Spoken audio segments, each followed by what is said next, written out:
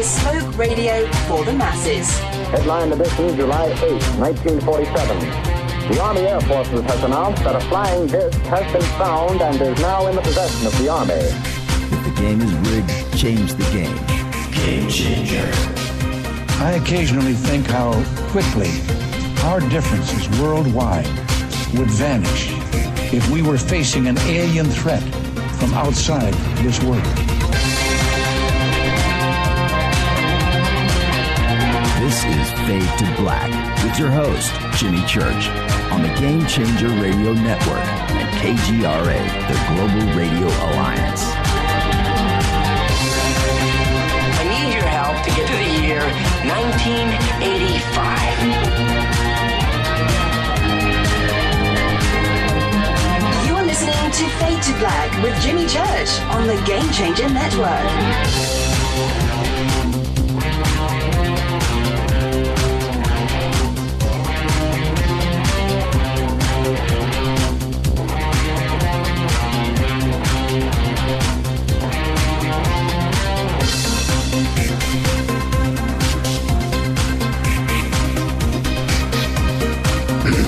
Yeah, man, I'm here. Relax.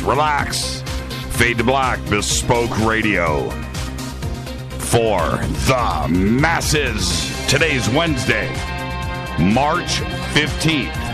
74 days into the new year, just 291 days left. We are live from a bunker somewhere in downtown Burbank, California. And I would like to welcome everybody listening all around the world, all across the United States. Hither and thither, to and fro, back and forth, up and down, east and west, north and south, far and near. This is Fade to Black. For KJCR, the Game Changer Network, and KGRA, the Planet. I'm your so humble host, Jimmy Church. What is cracking tonight, everybody? How you doing? Now, everybody relax. Everybody relax. Over in the membership area, the Bunker Cam computer, which has its own computer, literally 2 minutes before showtime, decided to do a Windows update. It just, I look over, it's right, and there was boom, do not turn off this computer, it's updating. I was like, God, you got to be kidding me. So anyway, I had to let it cycle through and do its thing, but it's up and running now, and bam. All right, so we're all good. Everybody relax. Had nothing to do with anything else but Bill Gates and Microsoft. Man, unreal. Anyway,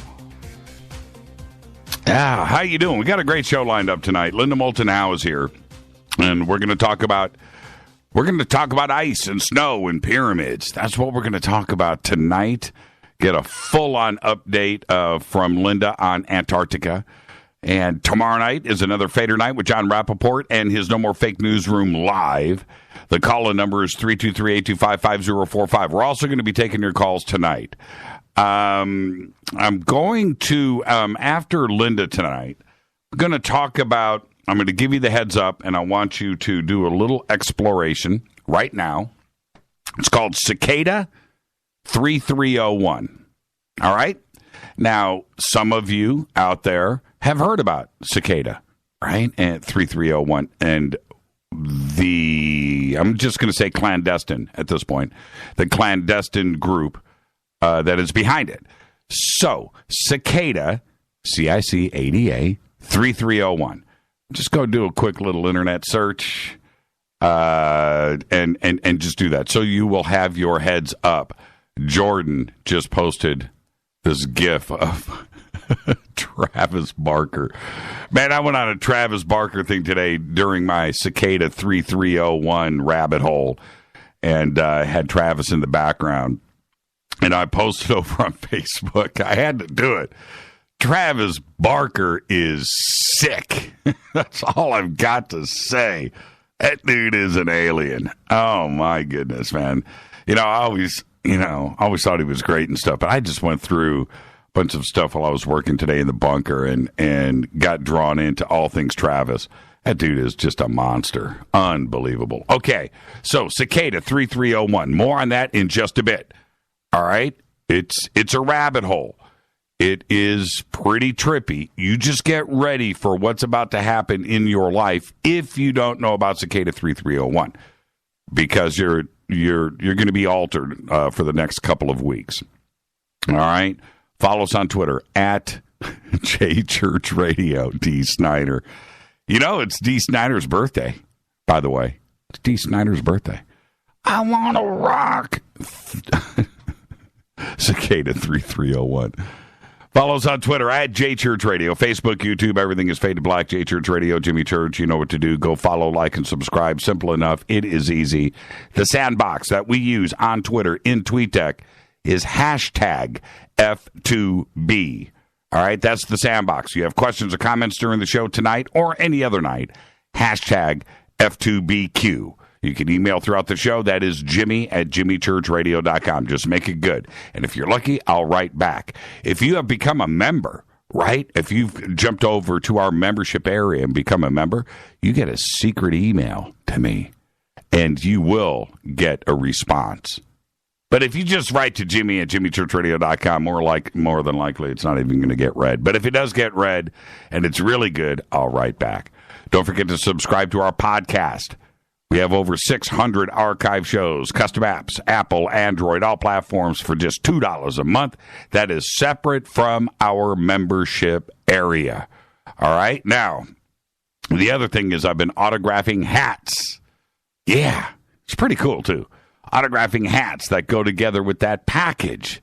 All right? So if you subscribe in our member area, a year subscription, right? Well, there's two different ones.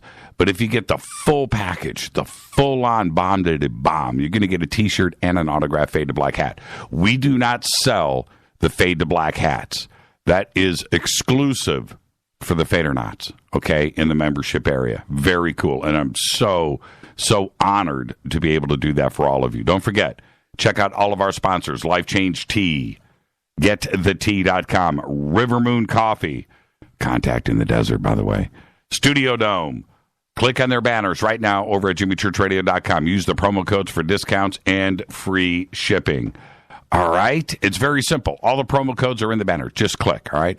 If you become a member and you subscribe for 1 year in our membership area this month, in about a week and a half, we're going to be giving away a Tascam DM100 Mark III digital recorder.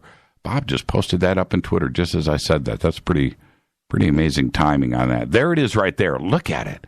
Okay, you've got condenser microphones on the top. You've got XLR inputs on the bottom. You've got two batteries, two. As you record your files, everybody, you can use this for music, for ghost hunting, for EVPs, whatever you want to. It's a professional portable digital recorder.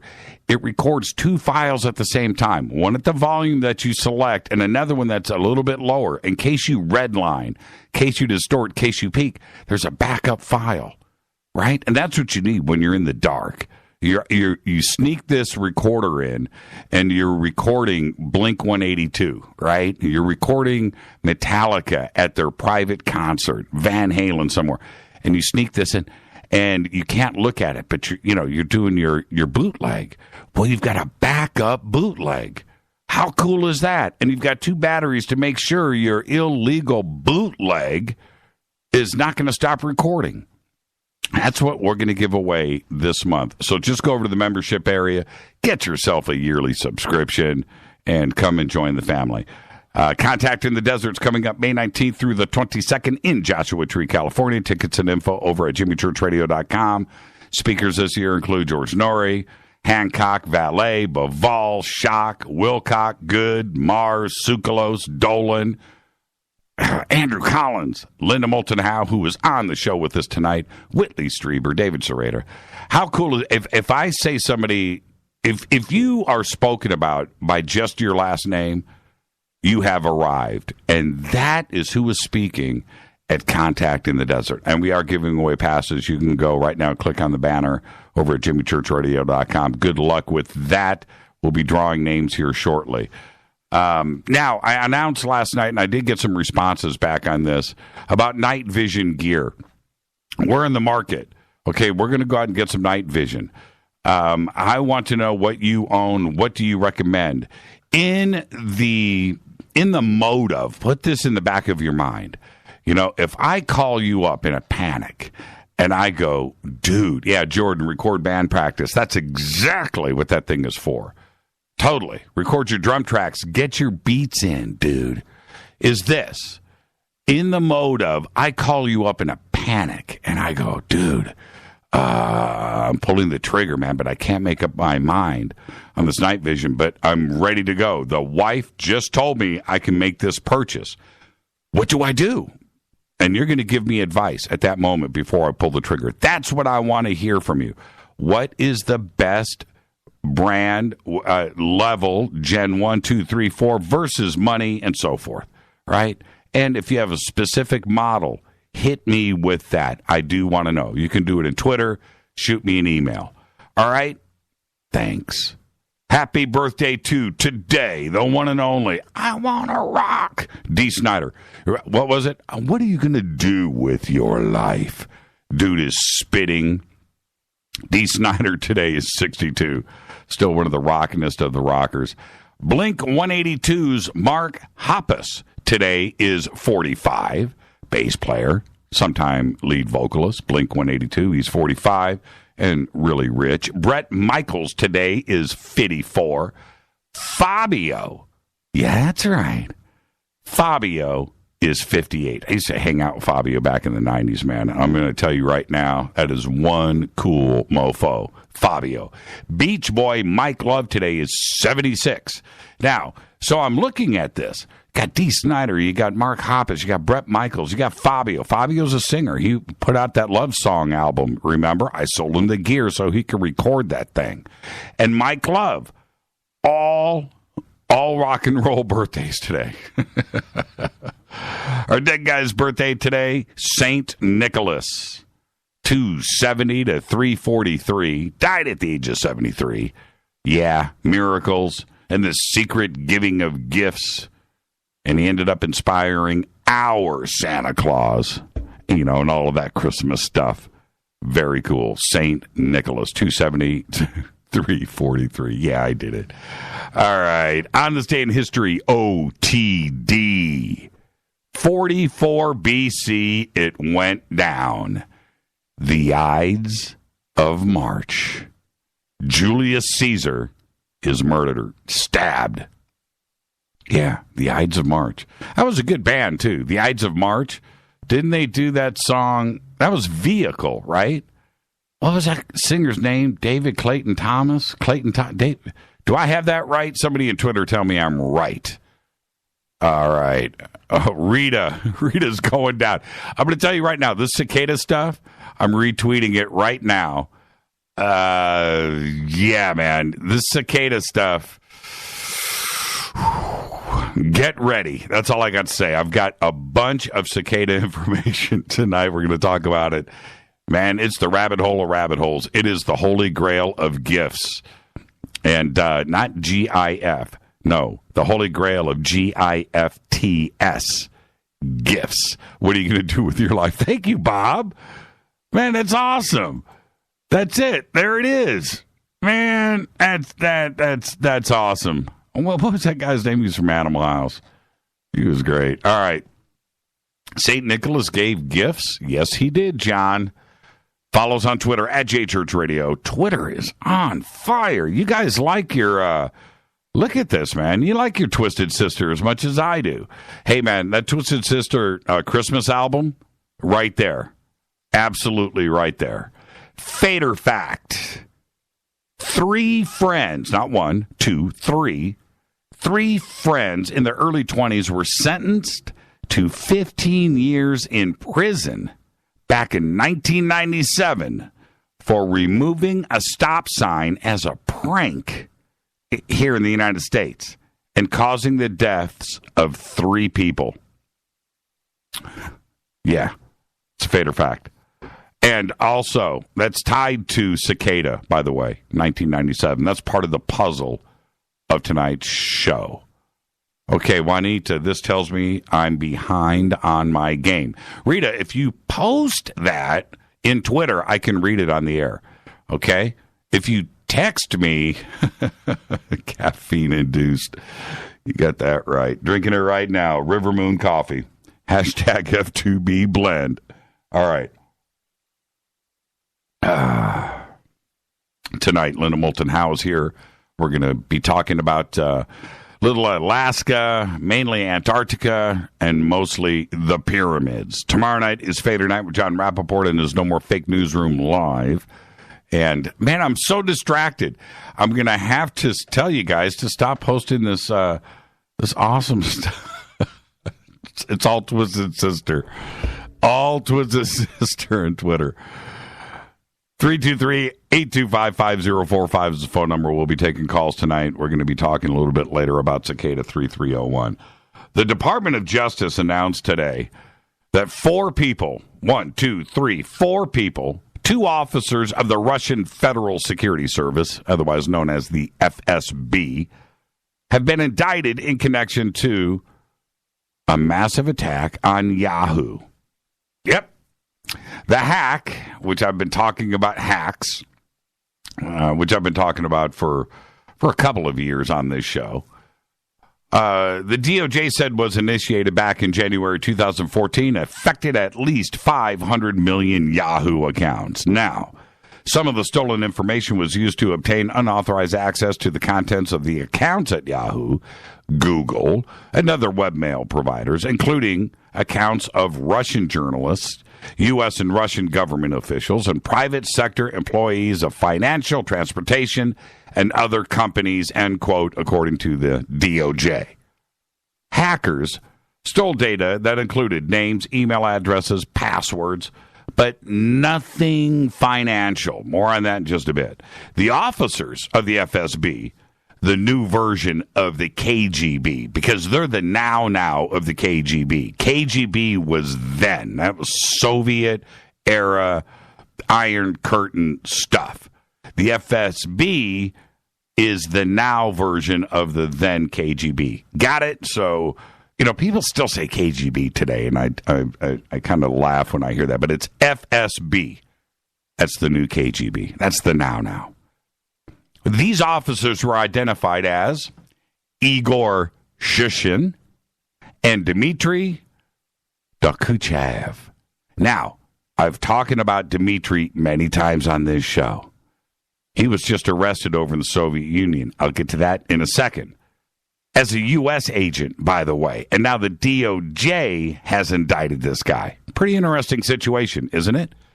Pretty wanted guy, in demand for treason and cyber crimes by 2 different countries anyway. The 2 conspired with Russian national Alexei Belan, a.k.a. Mag, and Karim Baratov, a.k.a.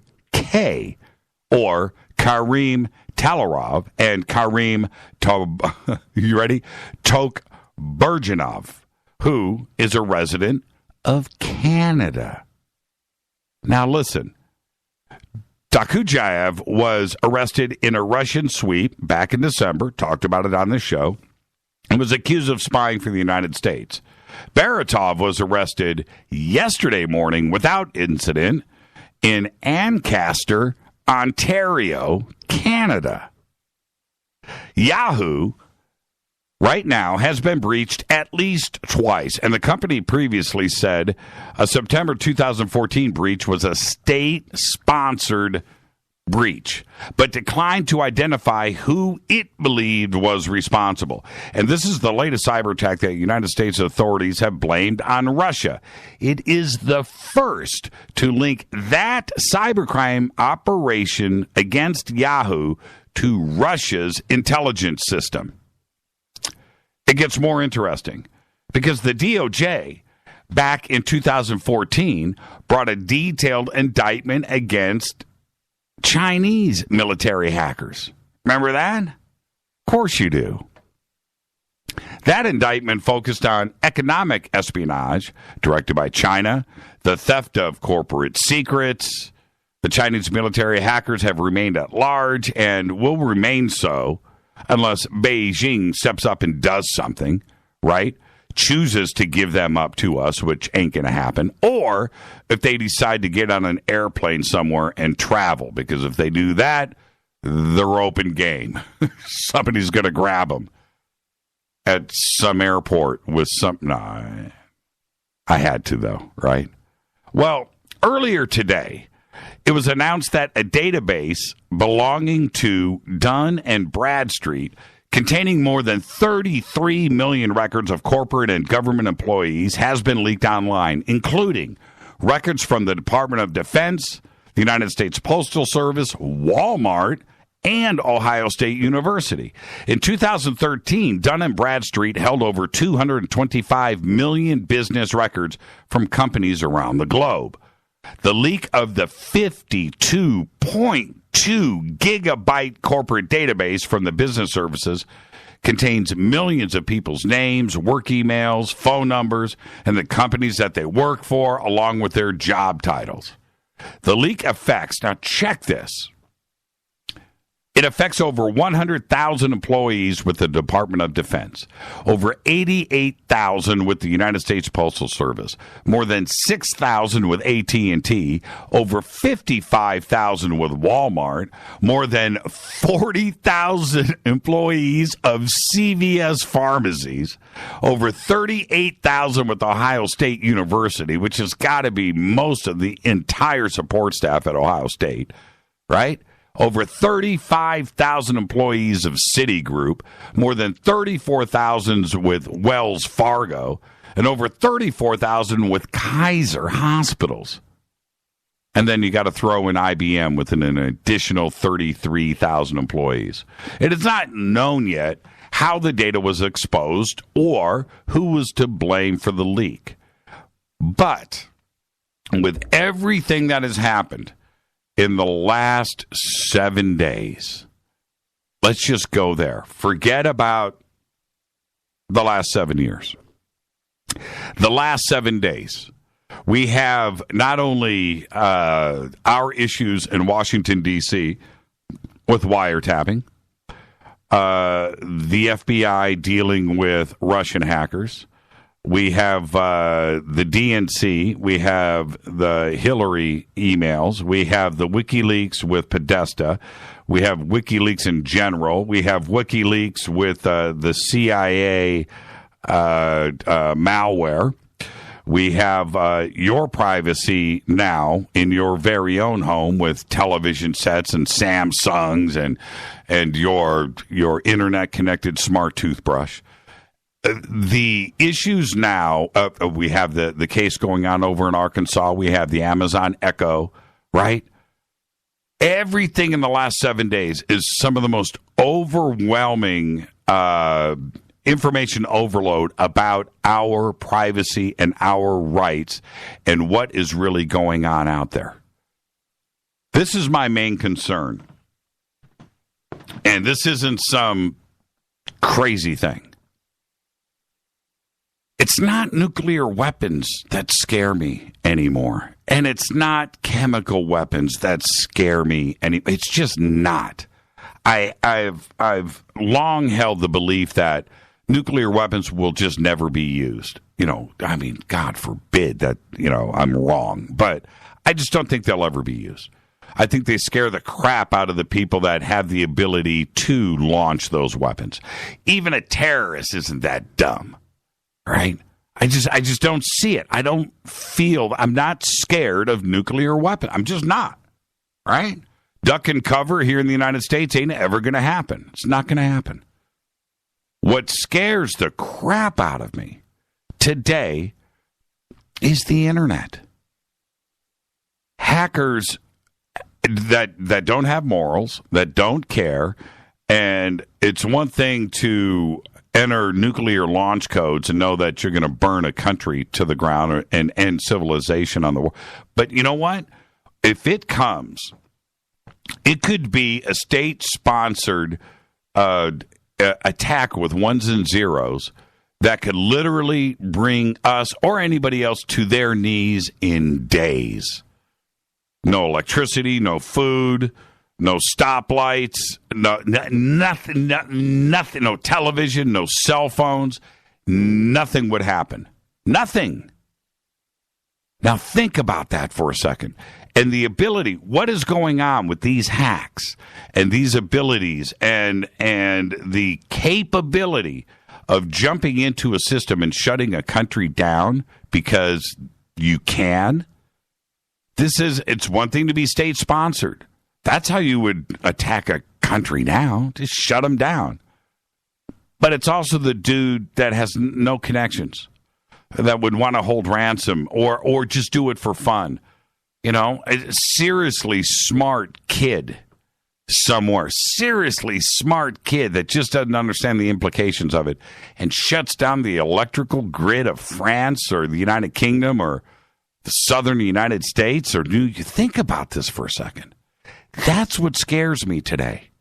And when I speak to you day after day after day about smart this and smart that and Android systems that can be hacked in think about this. I don't know how far backwards we need to go, but we have gone so far to roll back time. But we've gone so far forward now with the way the internet controls every aspect of our daily life, from the moment we get up to when we go to bed and then throughout when we're sleeping. It controls absolutely everything.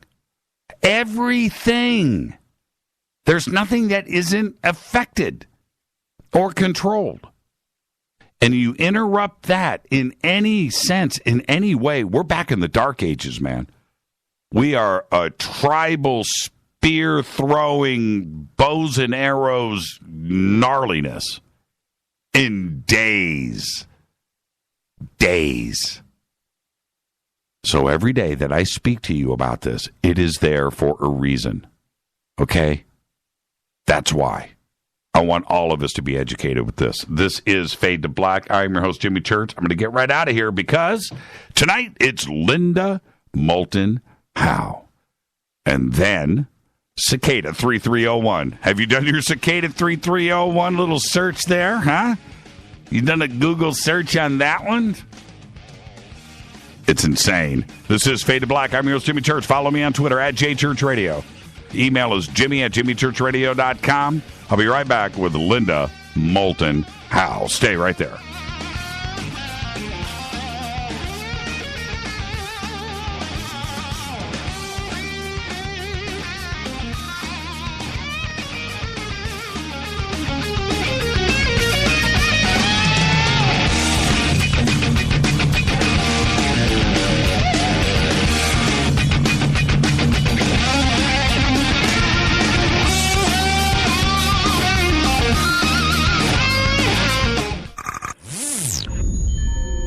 You're listening to Jimmy Church, Fade to Black. Fade to Black will now pause for alien identification. The station that talks the net. KGRA Radio. When you take the beans from Central America with dashes of Indonesian and African mixed in and then roasted to the dark side of Fade to Black, you create the ultimate brew of fringe. Introducing the Fade to Black blend from River Moon Coffee. Yes, River Moon's darkest customized roast was created for the love of Fade to Black. The alchemy of masterful roasting and smoking the beans is in every sip of this full-bodied, dark Java. I need my coffee dark, deep, with distinct bittersweet chocolate highlights, just like the bunker. Leaning further into the darkness of the roast is Fade to Black blend from River Moon Coffee. Just click on the banner at jimmychurchradio.com and use the promo code F2BBLEND for 15% off of your order today. Go Beckley Teppy. Hi, folks. Let's wind the clocks back 60 years. Food was different. Food provided health and nutrition, and using supplements was minimal. Unfortunately, now we have chemicals, GMOs, herbicides, and pesticides that can be quite lethal in the name of our food supply and, of course, the ever-loving dollar. Supplementing our diets can be very important to stay healthy. Cleansing from daily intruders to the body might be critical. Live strong and take charge. Log on to getthetea.com. Our herbal tea is a great way to cleanse from intruders. Our supplements is a great way to maintain and improve your health. When your health is not up to par, go to getthetea.com. No GMOs, no fillers, and organic, and very helpful in keeping you at the top of your game. Life is too short to feel, you know what I mean. Stay in the game, at the top of your game with GetTheT.com. That's GetTheT.com. Again, GetTheT.com. 9 out of 10 geneticists agree. Fade to Black is not your father's radio show on the Game Changer Radio Network and KGRA, The Planet.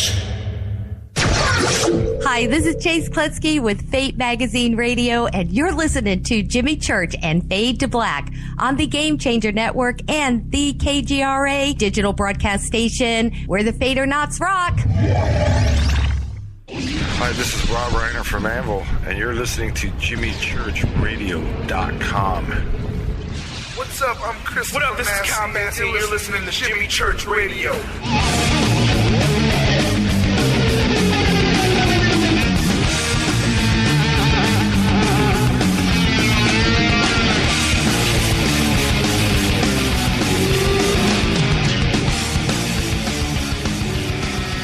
All right, welcome back. Fade to Black. I'm your host, Jimmy Church, on the Game Changer Network and KGRA, The Planet. You can follow me right now on Twitter at JChurchRadio. You can follow Linda at Earth Files. She doesn't need any more followers. She's got millions. Linda Moulton Howe, one of my favorite guests. She is a graduate of Stanford University with a master's degree in communication. She has devoted her documentary, film, television, radio, writing, and reporting career to productions concerning science, medicine, and the environment. She has received local, national, and international awards, including one in England. We're going to talk about that in just a second. Just received. She has 3 regional Emmys, a national Emmy nomination, and, of course, a Station Peabody Award. She produces, reports, and edits EarthFiles.com, one of the Internet's great treasures. She has her own radio program with John Burroughs, Phenomenon, over at KGRA, along with us.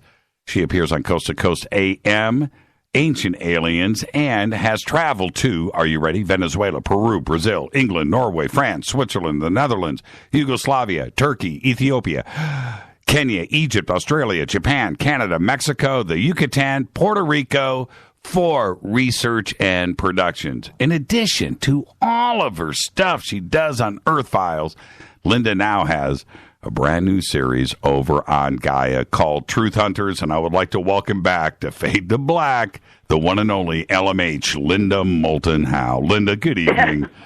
Thank you, Jimmy, very much. As you go through all those countries, what was rushing through my mind were image after image of places and things that I have been exhilarated by the ability to go directly to where I wanted to research something, and it really does make a difference when you can get a reality check. And so I've tried so hard in my life, and to hear you sum up all of those countries that I have been, over time it doesn't seem that many, but now it does, and I am so glad.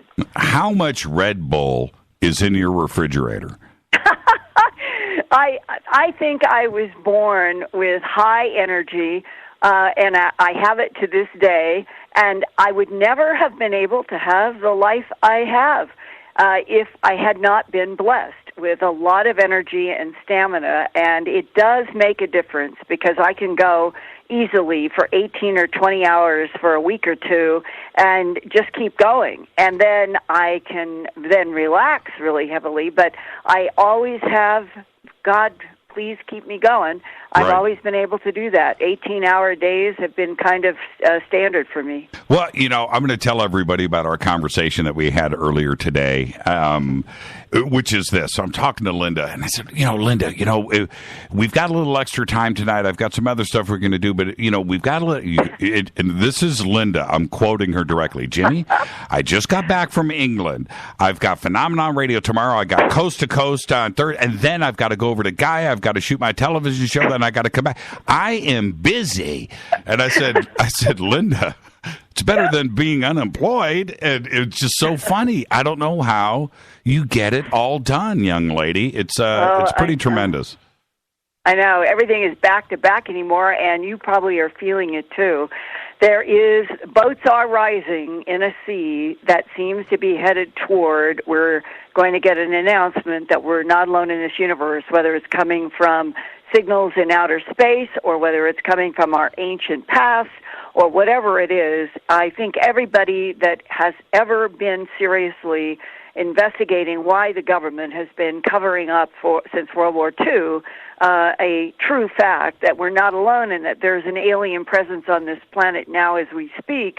And if this is the year that it is finally going to be opened up with some kind of a headline, it might explain why. I did get back from England Sunday, and this is Wednesday night, so it was only 3 days ago. And I was there for 2 weeks, and a big part of the reason why I was there was to speak at the awakening that was organized in Manchester at the big bowling center there. And the night that I and Eric von Daniken were scheduled to be the evening keynote speakers, they had 1,200 people packed into this huge conference room. And I was up first as the keynote speaker, and I was doing my symbols, looking at the whole issue of symbols in binary code in high strangeness phenomena with military and abductees. Right. And it was a 2-hour program, and it was just a packed audience. I couldn't even get all people in one shot with my iPhone. And so I did a tiny panorama at myearthfiles.com just so you could see a bit of this huge audience. And when I reached at the end of the 2 hours and I said, "Thank you, Manchester," I had friends in the audience who told me they'd never felt or seen anything like it. All 1,200 people jumped up on their feet. They were screaming, shouting. The organizers said, "Why don't you go down and show them or start autographs and photos while we set up for Eric?" And Eric's a great friend of mine, and I was happy to do this transition. Well, I'm going through talking with people, and then I hear Eric is making an announcement, and I come back to a chair, and nobody knows what's happening because Eric is saying, and an international award-winning journalist, Linda Moulton Howe, the 2017 Stellar Citizen Award, and he's holding this beautiful crystal. And they're saying, "Linda, get up on the stage. You're being presented an award." That's how I was shocked, and everybody was shocked. And I came up to the podium where Eric was, and he handed me this beautiful, gorgeous crystal carved by a laser. And when I went to take it from his hand, it weighs at least 18 or 19 pounds. And as it came into my hands, and I realized, God, I don't even know if I'm going to be able to hang on to this, I raised it up over my head because it's easier to hold something heavy like that.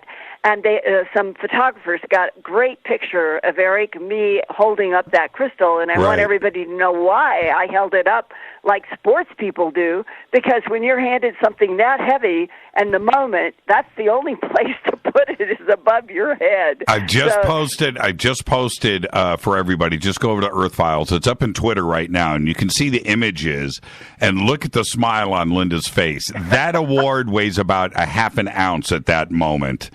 Yeah, that's right, because I was really, really exhilarated and elated, and I could not imagine anything more wonderful than getting this. Eric received the Stellar Citizen Award last year, so I'm the second, and I've known Eric von Daniken for quite some time, and he and I have had some really extraordinary conversations about Egypt and the challenges of trying to work with governments to get permissions, to go through stone, to dig, to find things, and that as much as he has accomplished in his life in trying to keep pushing that forward, I have tried on we'll call it all of the phenomena that seems related to an alien presence, to keep trying to also dig into what are the facts and the truth. And one of the subjects that I have always thought was very, very important, and seems to be making headlines now so much, Jimmy, is Antarctica. And there's both rumor out there and I think not true facts, but one of the repeating themes, even in England, people were asking me about Antarctica a lot. Right. Because, why? Because on the election week in the United States, there came this headline, John Kerry's Antarctica visit highlights a continent. And it says this is the highest-ranking United States government official ever to visit Antarctica. And when did he get there? He was in the McMurdo, our station in Antarctica in the south. He was there on Friday, November 11th, 2016, and there were photographs in the New York Times, the Washington Post, the Guardian, all over the world, showing our Secretary of State climbing on ice, and then the New York Times reported, this is amazing actually, I'm not sure a lot of people understood this, John Kerry hiked over 2 days for hours. Now, they captioned this saying that he was there doing all of this walking, traveling, flying in Antarctica because of global climate change. And maybe he was meeting with National Science Foundation scientists to talk about that. But it was December 1st, so it was only 2 weeks later, that there came this other headline, Buzz Aldrin is medically evacuated from Antarctica. This is only 2 weeks after John Kerry is there. Right. And everyone is saying, why was Neil Armstrong down in the same place that John Kerry had been? And this leads to one of the most solid and important interviews I've ever done with somebody who sent me their DD-214, their certificates, all of this stuff, photographs of them in Antarctica, and it's all at Earth Files, and that's in my, it was 2 years ago. My first report on this was January 30th, 2015, and I only can call him Brian, and he's provided all of these insignias and the certificates and all of this material that backs up he is who he says he is. And when and how did this come about? He sent me in January of 2015 a very intelligent and well-written email that captured my attention because it was articulate, and I knew I was getting an email from somebody who was a professional today, even in the past. And it began, Linda, I am a retired United States Navy LC-130 flight engineer. I retired after 20 years of service in 1997. I have been wanting to write you for a long time about my experience on the Antarctic continent with flying vehicles that I was told not to talk about. I served part of my 20 years in the Navy with a squadron called Antarctic Development Squadron 6, VXE-6, as it was also known. I served with this squadron from around 1983 until I retired March of 1997. Being a flight engineer and flying more than 4,000 hours in that capacity, I have seen things that most people have not even imagined on the continent of Antarctica. The land there seems more alien than earthly. Our deployments to this land started in late September and ended the end of February every year until the squadron was decommissioned in 1999.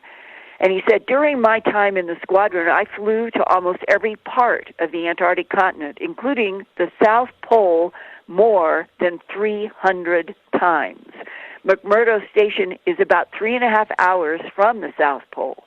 Now, he goes into experiences where they, in this big C-130, a crew usually of about 15 to 17 Navy guys, he's a flight engineer, and they would have to do medical emergencies. They would have to fly National Science Foundation scientists in. They did all this sort of thing, and they often had to go to what was called Davis Camp. That is the Australian camp. That is on the far east Antarctica coast, and McMurdo is down in the south of West Antarctica, and dividing those two And there's a great map that I have that he helped me with that I have at Earth Files in my report from January 30th called U.S. Navy Flight Engineers Saw Silver Discs and an Entrance to an Alleged ET and Human Collaboration Base in Antarctica. And those words in that title come from him. Now, when you look at this map that I have at Earth Files that he drew and helped me with, you see the trans-Antarctic mountains dividing West and East Antarctica. And then you see a red X on the Beardmore Glacier. What is so interesting is he describes in an interview with me and in his early email that he sent, he said that they always went along or over the trans-Antarctic mountains and would go by the South Pole to a place where they could refuel if they were going across to the Davis Station on the far west coast of East Antarctica. And he said this happened several times, and he said we would see silver discs, shiny objects, which I would say from our altitude look circular. And they would sprint to maybe 3 or 4 mountaintops in the trans-Antarctic mountains. And then they would stop in the air. Then maybe 1 or 2 would come up and meet the others, and then they would start off in another direction doing this sort of ballet of these silver round things staying over the trans-Antarctic mountains, and this was a mystery to them. As many times as they saw this happen, they saw that these silver discs, quote, never went over the Beardmore Glacier. It became something that they noticed, as if there was a glass wall there that these discs would not pass, and they could not understand it. And he raised it to me. I think, Linda, that there might be some kind of an agreement, that there's geopolitical territorial divisions, and that for some reason, whatever is in those silver discs is not allowed to or will not go over the Beardmore Glacier. That was one of the things that they noticed and they talked about. Now, they had a medical emergency over at that Davis Station on the far west side of the East Antarctic part of Antarctica. And he said, we were against a time.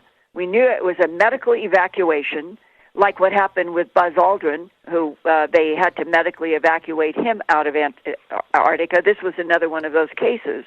And the period of time we're talking about is 1997, before he had retired, and a whole bunch of this UFO stuff happened that year when they were in Antarctica. Right. So they realized that if they can't cut time, this person, it could be life or death. Right. So they're in the air, and they're all talking about why do they have to use up extra time to go around a section on their map that they have always paid attention to, and they never really had asked, and it was a no-fly zone printed very clearly on their military map that they were not to fly in this area at the South Pole.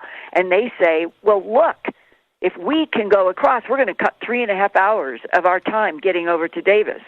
And so the crew chief says to them all, well, I think that's what we should do. And one of them says, well, why is there this no-fly zone at the South Pole? And their chief says he's told that it's because there's an air sampling station. And then they all laugh and say, air sampling station, no fly zone, we're flying at 36,000 feet. We can't possibly be contaminating anything on the ice at the South Pole. And they all agree this makes no sense, that there must be another reason, and it's being covered up with this explanation of an air sampling station. And that's how the chief decides, let's go for it, let's cut this time, and let's handle this medical emergency. And as they are flying now over the no-fly zone, for the first time, they all see this huge hole in the ice. And he said it looked like it was curved, like it was formed. This was not jagged. and it looked like it went down slanting. And he estimated, Brian, the naval flight engineer, along with the rest of the crew, that this was maybe 300 feet, between 100 and 300 feet in diameter, which would be 100 feet to 300 feet. That would be a football field. Mm-hmm. And that it was actually going on this slant down into the ice, and they all talked about it on the radio with McMurdo. Now, that gives you a hint about, so they get their medical emergency handled, but what happens? They get back to McMurdo, and men in black suits, white shirts, come to them and tell them that they are never to talk about this hole in the ice, and their chief is told they're never to do this again. And they know it's serious business, but they are not sure why until now. Not long after this medical emergency, they get word that they have a mission to fly National Science Foundation sponsored scientists that are going to fly into McMurdo, the USA base in the south of the West Antarctic, and they are to fly, it's 15 or 17, he thought, of these scientists, mostly men, to Marie Byrd Land. And on my map at Earth Files, it's labeled Missing Scientists and a big red X. At Marie Byrd Land, you can see McMurdo. You can see the Transantarctic Mountains where the Silver Disk would fly over. You can see the Beardmore Glacier that for reasons unknown, those disks would never go onto that glacier. And you can see the X is where Brian did all of these locations. It is the big hole in the ice not far from the magnetic pole of the South Pole. So now we see where the missing scientists from McMurdo are to the west. And they have the C-130. They load up. He said it was a ton of gear with all these scientists, and everything was normal, and they land. And when they're getting ready to leave, they tell the scientists, look, here's the number, you need to keep checking in with McMurdo every day so that we know that you're all right. If you have an emergency, you call this number. We want you to always know that we are ready to help you if you need help. So the crew goes back to McMurdo. 2 days, 3 days, 4 days, 5 days go by, not a single phone call. Wow. So by the seventh day, it's considered now an emergency of unknown nature. Mm-hmm. And the same crew's involved all the time. These are the same guys. This is why he's such a valuable witness. And they go back to Marie Byrd Land. They fly over in the C-130, and they start rotating, going into a large circle, tightening the circle over the camp, and they're looking for dogs, sleds, any signs of anything, trucks, cars, crashes, anything. And it absolutely looks perfect, but there are no people, there's no movement, there's no machines. It's eerie. So they report that they're not seeing anybody, and they land, and there's nobody there. And so they are brought back to McMurdo, and they're completely baffled. Everybody is baffled. They go another week. So now this is the end of the second week. Those scientists were to be there for 3 or 4 weeks, and now they've been missing for 2 weeks. A phone call comes in to McMurdo. Brian is the crew. They get a call again. You've got to go back. We've got a call. The scientists are back.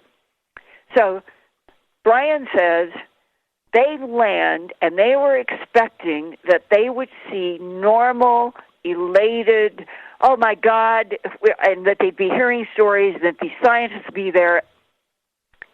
Instead, they land. This group, he thought there was at least one female.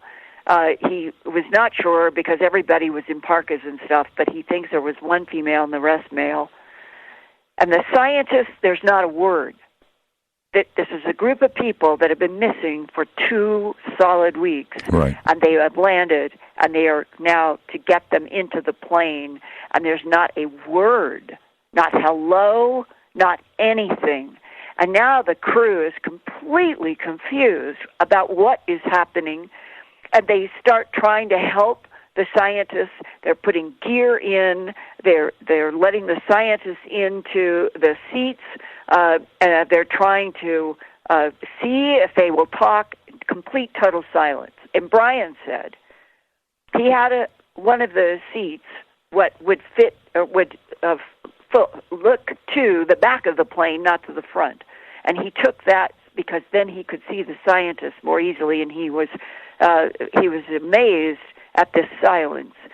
So he said he sat down in this chair that was faced to the back, and one man sat in a seat that was maybe 3 to 5 feet from him, where Brian is sitting. And he said he leaned forward and he said something like, is there anything that I could get for you? And the scientist was looking at his shoes or at the floor. And when Brian said, I leaned forward and I was just gently trying to see if I could help them or they could start any conversation and we could find out what had happened. And he said, when I did that, that scientist did not move. His staring at the floor didn't change. And at that point, Brian told me, Linda, we knew back then we're dealing with something like post-traumatic shock. Right. And they flew back to McMurdo, and then this is another very interesting part of all this that makes you wonder.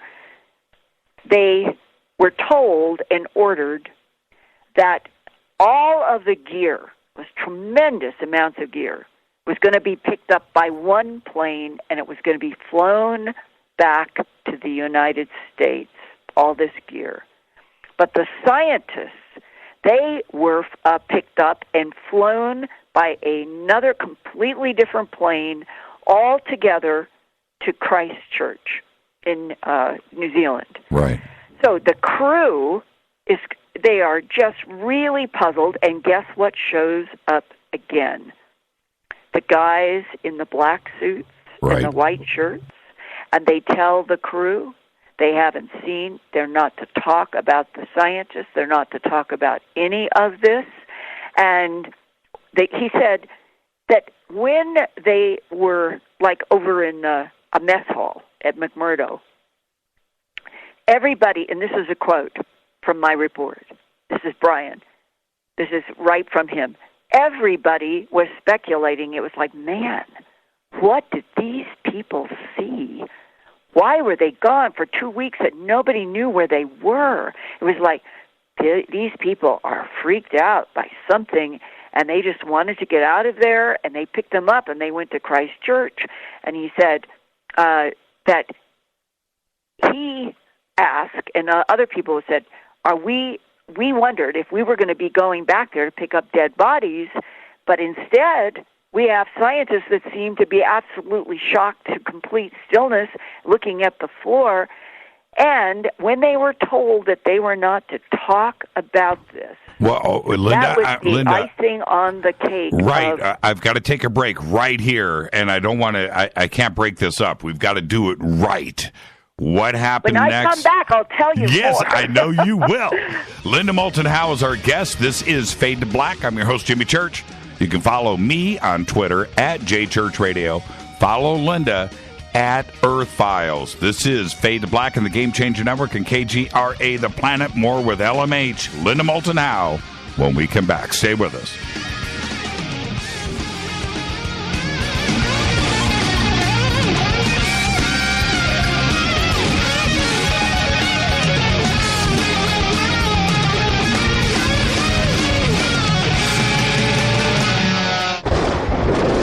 This is Fade to Black with Jimmy Church on the Game Changer Radio Network and KGRA, the Global Radio Alliance.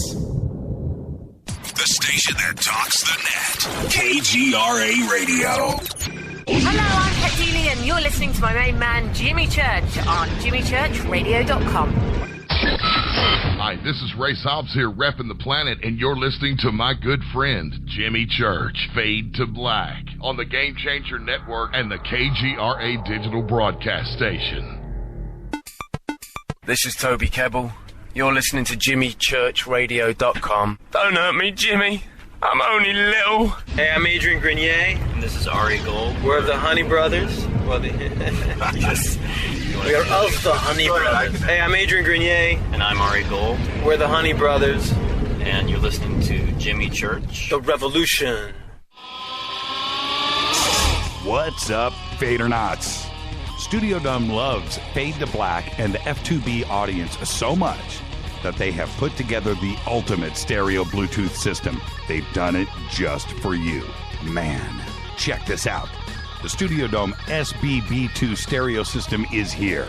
It's featuring 2 Studio Boombox 2 SBB2 wireless Bluetooth speakers, packed in its own custom hardshell case.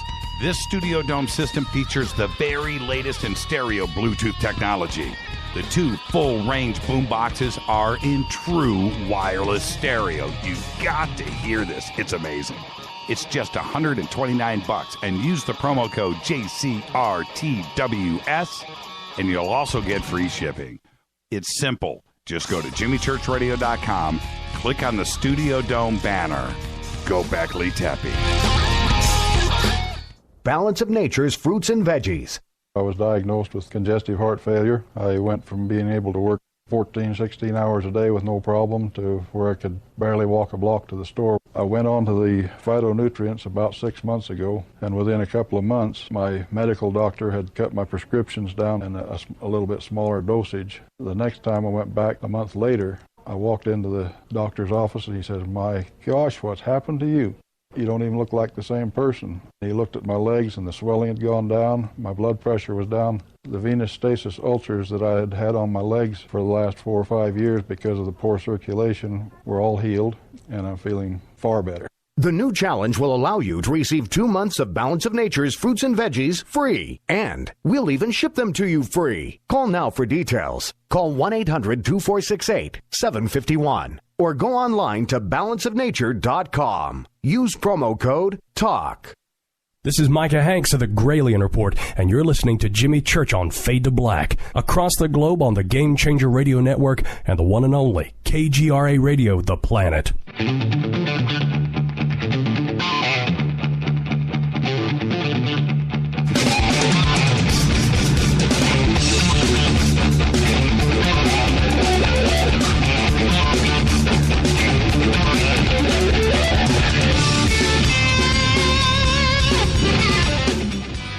Welcome back, Fade to Black. Our guest tonight, Linda Moulton Howe. We're talking about Antarctica and her research and her whistleblower down there, Brian. And I want check this out, Linda. I was looking at the images of Manchester. Are those police barricades? Yeah, sort of like they had put them up where there were speakers, cords, which was really good. Meant that they separated out any possibility of this huge crowd getting entangling with any of the cords and the speakers, and that's why they put those up. There was a lot of stuff down right there in front of the stage, and then the crowd began, and then when I had the award, they asked me to go down along that metal, and everybody was sort of patting me on my head and touching the crystal. And it was like a communion going along that metal bar with all of these people surging. It was like one of those moments, Jimmy, where some of us have been struggling for so long, like fish swimming upstream, right, trying to penetrate the facts that we have an alien presence and there are animal mutilations by non-humans and human abductions, and maybe healing. It is positive and negative and in between, and it is finally beginning to feel as if populations, not just in the United States, where there have been bigger and bigger crowds here too, but that in Europe, there were people in that audience because I had to sign so many autographs and get so many photographs. And there were people from literally every country that you can see on a map in Europe. And it is as if we'll call it the world citizen population is coming. It's already there in spite of the policies of denial by governments since World War II. And it's happening that people are saying, basically, we know that governments are lying about this, and they're moving on to wanting information. And it is sort of refreshing that there is that kind of response now in populations. They're not afraid. They want more knowledge. It looks like a Rolling Stones concert. I know. Right it on, felt man. like that too, because when I had presented my 2 hours and I said thank you Manchester, and all 1,200 people jumped up screaming all at the same time. It was really exhilarating. It was sort of like, yeah, we all get this. We are way past the governments. It was that feeling. It was exhilarating. Congratulations, man. I've always wanted to say, thank you, Manchester. Well, you can go and do it yourself, too. It was great, and I'm glad that we can share this on Fade to Black with you, but I would like to pick up where we left off. Yeah, let's get right back to it. This whole Antarctica situation is really, really serious when it comes to where has an alien presence been on this planet when it wanted to be in a place that we would not go as humans. You know what's funny? When it comes to Antarctica, I do a lot of speaking and radio shows and all of that. And every time that I'm out there, what people want to hear, what they come up to, it's, disclosure, right? But it's Antarctica. That is what people want to know about. Let's go to what Brian said about after the scientists had left for Christchurch and all of this equipment was, by the way, just to stress, all of the equipment was put in a place like an embargoed area that nobody could go to. The equipment itself seemed to be extremely important, and it was separated into a separate plane and went, as he learned later, to the United States. Well, here's a quote. This is from Brian, the retired U.S. Navy flight engineer.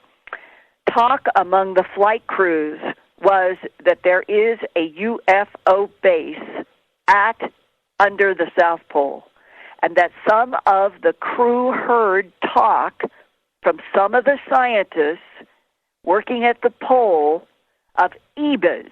This is his term. EBAs, which you, I, and others know as extraterrestrial biological entities. That is an acronym our government has been using since the 40s. Right. So this is that the crews working at McMurdo heard scientists who would be coming and going talking about at South Pole of EBAs working with and interacting with the scientists at that so-called air sampling camp, which was the large ice hole that they flew over on that medical evacuation to Davis Station.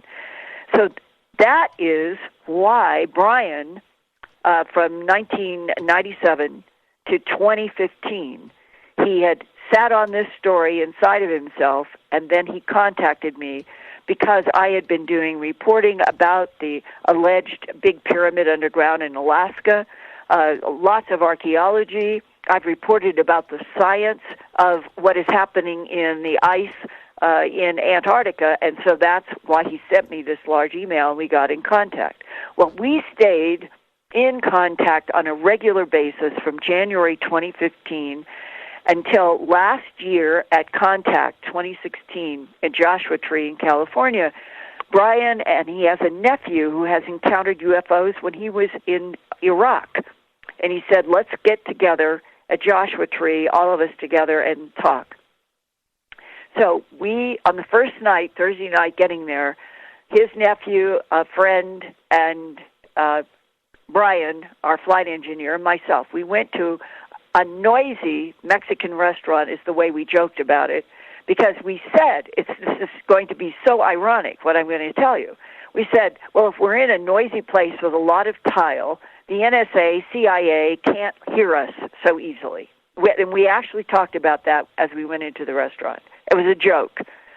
So we sat there for about 2 hours having a meal and talking about all kinds of things in Antarctica, in Iraq, and lots of other things. And when we are finishing the meal, we all agreed that we really wanted to talk longer, so the parking lot to this Mexican restaurant in Joshua Tree had a lot of trees right above where the cars were parked, and they had a van that you could pull down the back door, and you could either sit or put stuff on there. And so we made a kind of a little park group, and now we're continuing our conversation out in the parking lot. And we left there probably around midnight, 1 o'clock in the morning, and they dropped me back off at Contact, and they were going in their separate ways, one to Phoenix, as Brian and his nephew into California. Okay, so on Monday, I did an intensive, what they call the intensive 3 hours that they asked some of us speaker to do on Monday after the weekend. And I'm now in the car being driven back to go to the airport in Palm Springs to come back to Albuquerque when I get a phone call. And the phone call is coming from Brian's nephew. And he said to me, they're in the car. Dolan was up in the front seat, and I'm in the back seat on a cell phone having this conversation. And he said that morning, Monday morning, when they were all back home in Phoenix, Brian was at his work, and he has sensitive work still, not for the Navy, but he's still in, he has to have a clearance to do the work that he does for an aerospace company in Phoenix. He does not give out that number, I can guarantee you, because I have to call him on a different cell phone. I have a home number. I cannot call his office, right? So that means even people working with him cannot call that phone number. That's how sensitive it is. And here we pick up in the recorded interview that everybody can hear Brian speaking to me in his own voice about what happened on Monday after Contact in June of 2016. Brian. And the voice on the other end of the line when I picked up the phone said, "Is this Brian?" I said, "Yes, who is this?" Because I didn't recognize the number. He could see any numbers on the screen of the special phone in his office. "I want to tell you what you have been talking about. You need to stop talking about," says the voice that has still not identified itself on the phone. Brian said, "What stuff?"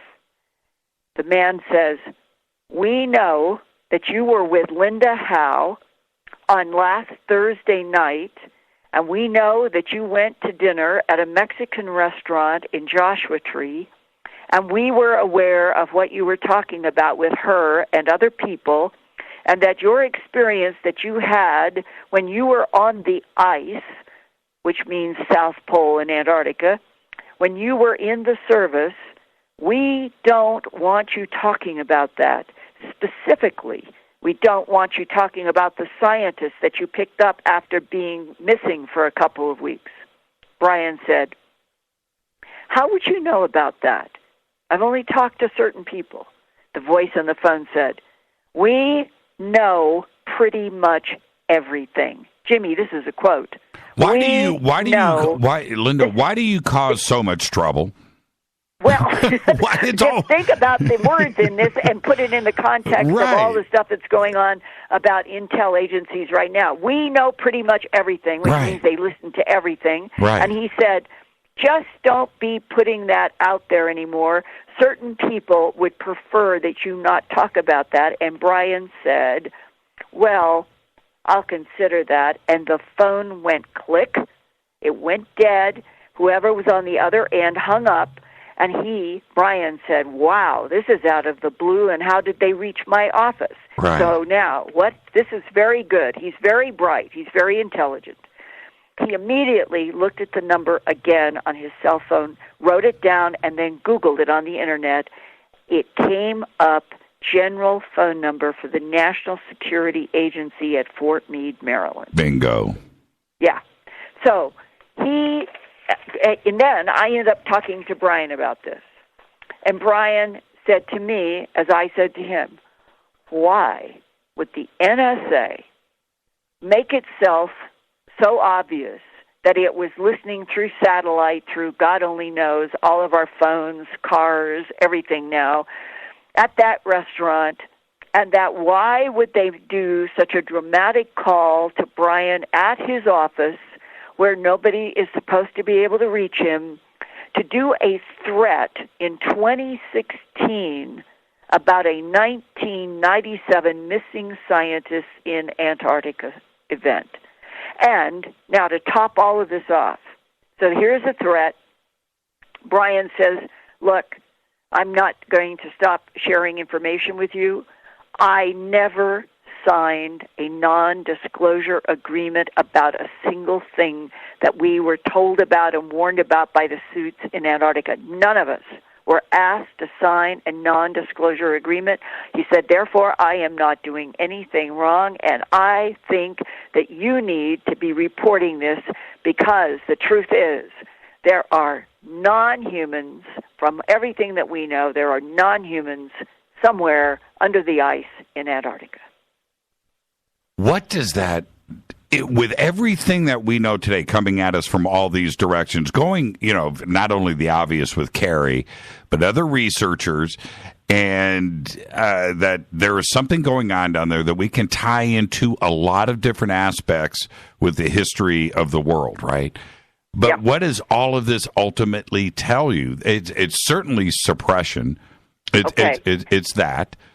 Right? Now, we all know that David Wilcock and Corey Good have been talking for a year about the possibility of, I would say they don't even say possibility. They would say that there are 3 pyramids under ice, under some installation, in the installation at Lake Vostok. It's not clear. It could be any number of places in Antarctica. And they've been saying that on Gaia, in their productions, in conferences, and everything.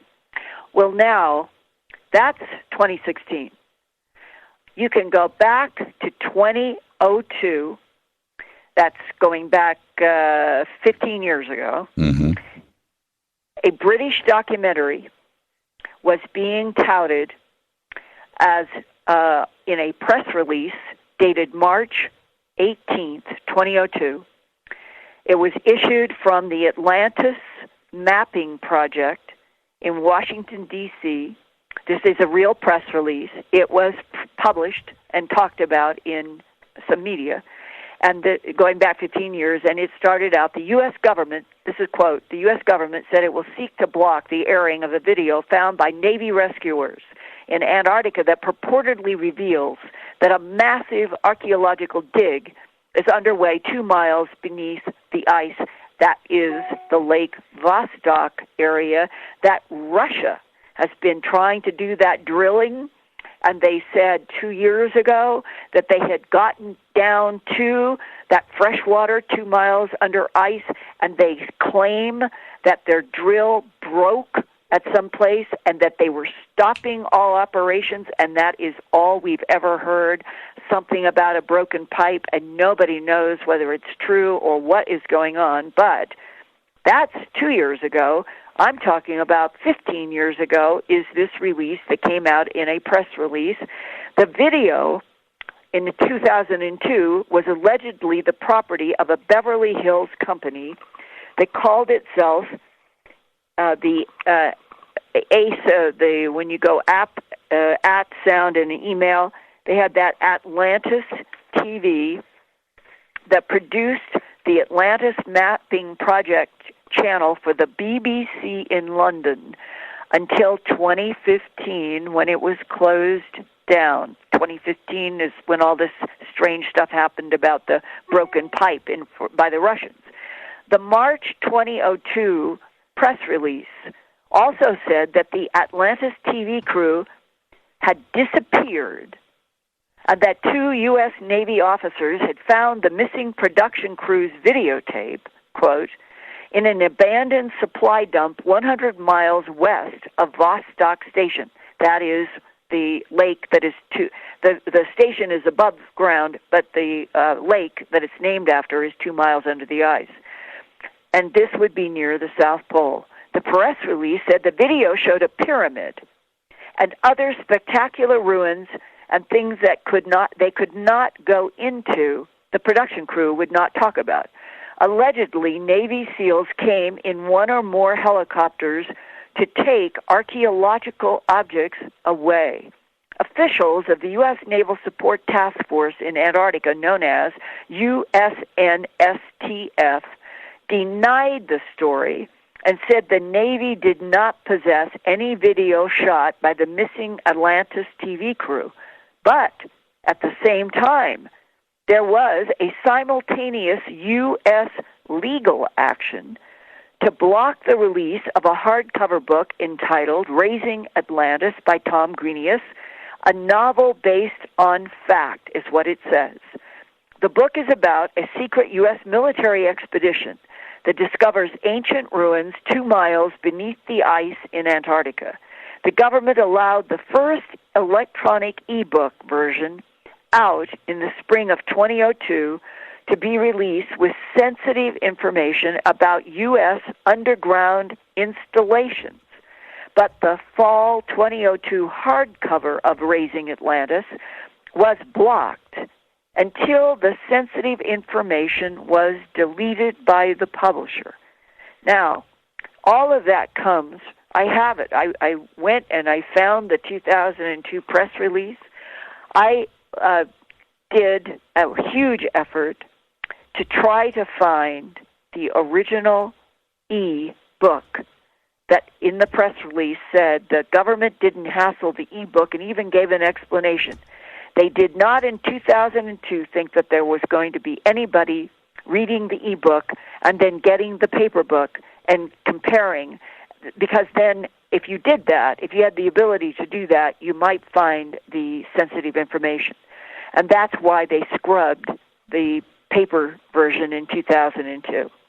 Well, Jimmy, if there is a link between that huge 100 to 300 foot diameter hole at the South Pole and this story in 2002 and what David and Corey have been talking about in 2016, all relating to archaeological pyramids, archaeological statues, archaeological, I think they in Conscious Life Expo, they were talking about some sort of a stone plaza.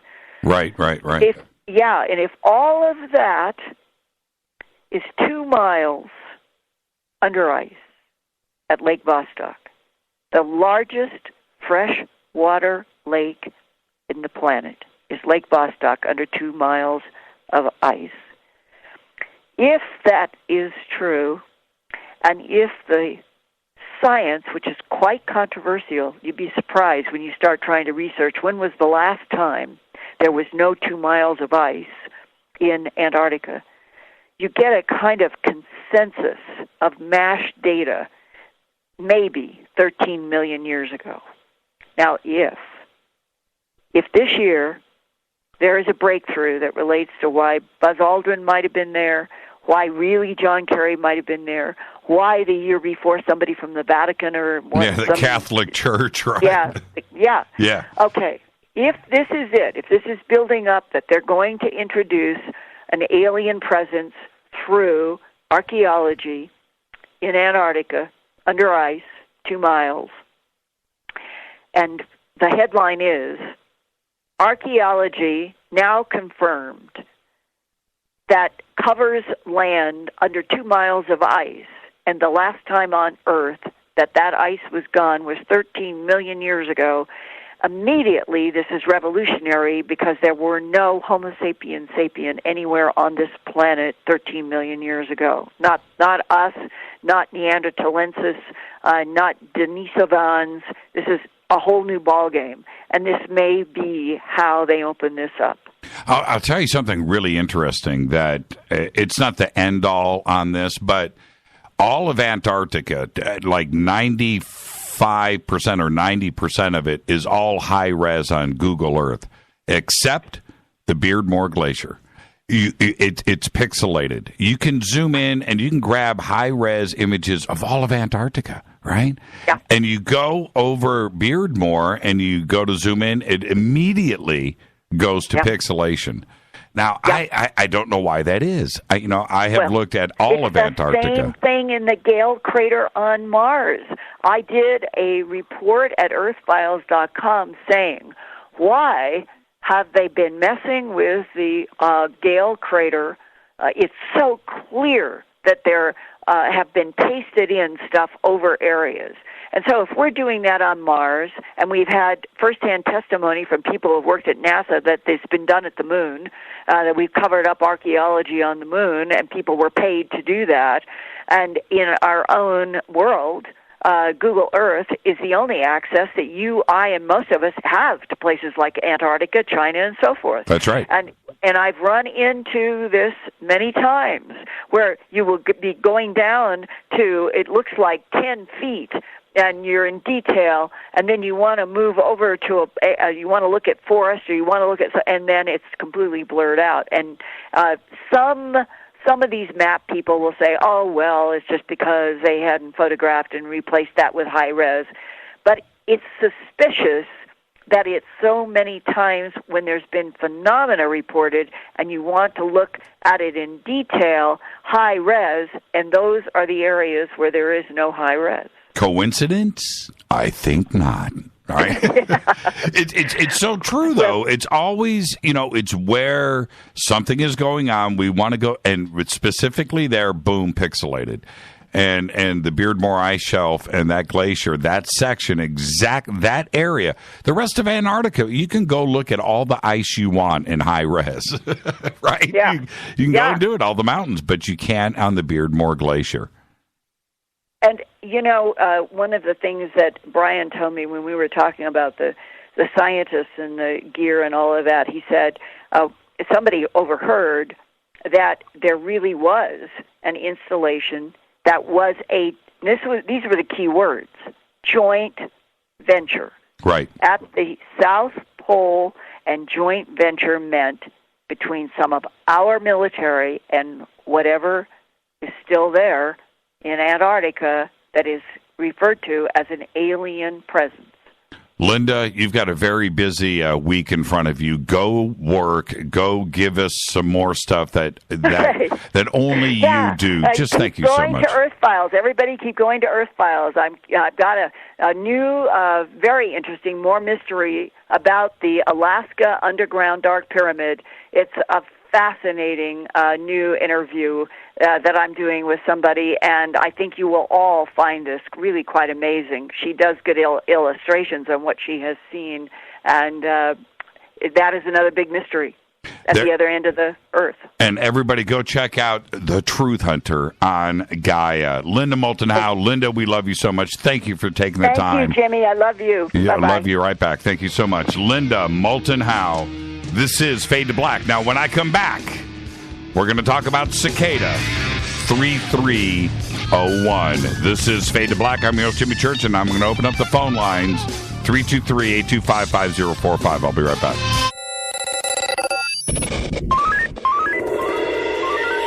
Way out here, we listen to Jimmy Church. You're listening to Fade to Black. Always on the edge of the hottest alternative talk. Jimmy Church with Fade to Black. KGRARadio.com. ¿Qué tal, mis amigos? Yo soy Mario Carson, el tiburón, y los invito para que escuchen a mi buen amigo Jimmy Church Radio. ¡Claro que sí! Hey there, quick question for you. Would you be okay with more energy, more endurance, thicker, healthier hair, a better mood, reduced appearance of wrinkles, Improved sleep, improved blood pressure and cholesterol profiles, improved vision, improved memory. Okay then. Well now, have you heard of Nature's Youth RSF? It's from the anti-aging experts at nature'syouth.com. Nature'syouth.com. See, at Nature's Youth, they understand exactly what it means to provide top quality health products. And Nature's Youth customers not only improve their health, they know they're also providing their body with the right nourishment to maintain that peak performance and fight the aging process. If health, wellness, and nutrition are what you desire, choose Nature's Youth RSF. I did. You see, you're going to get older. It's just up to you how you feel when you get there. Get started today. Nature's Youth RSF. Simple to use, simple to order. Go to nature'syouth.com. That's nature'syouth.com. nature'syouth.com. I was introduced to this remarkable product, Balance of Nature Fruits and Veggies, and to say it's amazing is an understatement. Balance of Nature provides the nutrients of 9 to 11 servings of 31 different whole ripened fruits and veggies per day, and the cost to the consumer for 9 to 11 servings is about 22 cents per serving, as opposed to over $1 in the store. Balance of Nature Fruits and Veggies helps boost the immune system by over 720%, and they also provide a health coach for you at no charge to guide you with any questions you may have. And you can also visit their website for testimonials on balanceofnature.com. So take steps to give yourself better overall health and call them now, toll free, at 800-246-8751. That's 800-246-8751, or go to balanceofnature.com right now. Make sure to let them know you heard it here by using promo code TALK for a special discount. That's balanceofnature.com and use promo code TALK. You are listening to Fade to Black with Jimmy Church on the Game Changer Network. Oi, oi, I'm Reese Evans. You're listening to Jimmy Church. This is Revolution. The revolution will not be televised. The revolution is on radio. Ciao.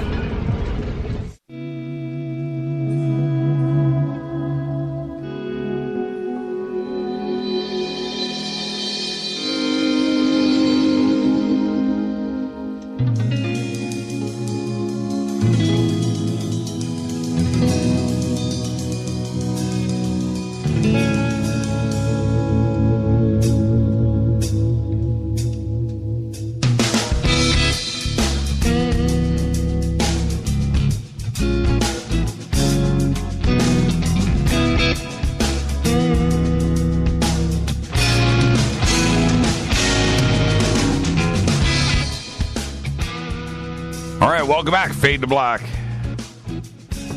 This portion of the show is brought to you by Life Change Tea. GetTheTea.com. Just go right now by clicking on the banners over at Jimmy Church Radio for GetTheTea.com. Just mention Jimmy when you order either over the phone or online. You're going to get yourself free shipping. Now, go to the specials page. Ronnie runs one of the great companies on planet Earth. Get the Tea.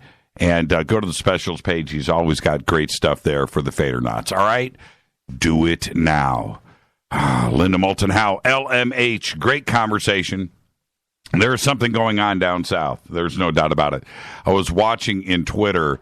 Somebody said, how do you know east from west? And I think it was IPD. And I believe, because this is what I do when I go check out, and I spend so much time on Google Earth in Antarctica. I'm looking for something, right? And the orientation, you're absolutely right. When you're down there, what is east and west? The further the south you go. I think it's orientated to the United States. So if you look directly above and you look at the United States, then you've got your east and west. And if I'm wrong, which I probably am, if I'm wrong, if I'm ever talking about east or west, then you'll know what the way that I do it. I just look directly above. I look where the United States is, and then I get my east and west orientations from there. That's what I do. It's not that scientific, but maybe that's the way that it's done. All right. I'm going to open up the phone lines because I'm going to talk about Cicada 3301. And if you don't know about Cicada 3301, I'm going to take you through the history of it right now. and then update through what is going on. I'm going to take it to a certain point because tomorrow night is Fader night. And so I am sure that all of you Fadernauts out there, this audience, is going to go after the show tonight, go watch videos. There's a lot of information on the net. I'm going to be reading directly from Wikipedia, too, as well tonight. There's a good collection of information there, and there's a really good timeline. Once you start this rabbit hole of Cicada 3301, it's bottomless. Okay, it is. There is no bottom to it today. It is one of the funnest, most interesting things that you can go and check out. The intelligence behind Cicada 3301, in my research, and I'm just going to tell you with what Rita is doing now with it, the intelligence behind it is daunting. Okay, so this is something that it's a puzzle. It's an internet puzzle. It's a cipher. It's not just one thing. When you go to the page and you just figure it out, boom, done. No. This spans continents. One cipher leads to another, to another, to another. How, and I've seen a couple solved, and I've gone through, when I say that there's different versions of Cicada 3301. One has been done each year since January 4th, 2012. More on that in just a bit. But I couldn't go anywhere with this. If I was presented with Cicada 3301 and it was some kind of test, and they said, "Okay, Jimmy, you solve it, you can have dinner. You don't solve it, you can't eat." If I was presented with this, I would starve to death. Just letting you know, I would not. I just wouldn't. It's pretty nuts. So anyway, I've opened up the phone lines. I've got calls on hold right now. 323-825-5041. Okay, so if you're on hold, stay right there. I'm going to go through this just a little bit here, give you some background. Cicada 3301 is a name given to an enigmatic organization that, on 6 occasions, has posted a set of complex puzzles and alternate reality games to possibly recruit code breakers from the public.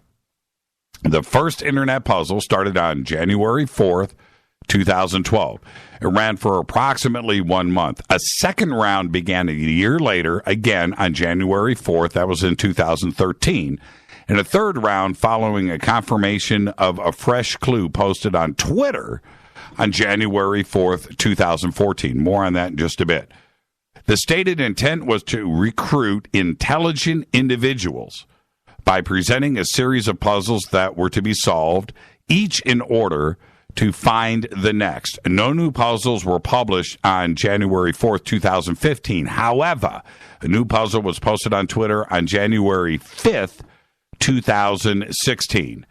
The updates on 2017 I will get to in just a second. The puzzles focused heavily on data security, cryptography.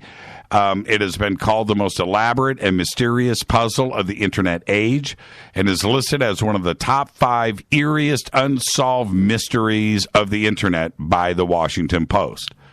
Much speculation exists as to its purpose. Many have speculated that the puzzles are a recruitment tool for the NSA, CIA, MI6, or maybe a cyber mercenary group. Others have claimed that Cicada 3301 is an alternative reality game, but the fact that no company or individual has taken credit or tried to monetize it, combined with the fact that no known individuals that solve the puzzles have ever come forward, that's not exactly true, more on that in just a bit, has led to most feel that it isn't an alternative reality game for profit, right?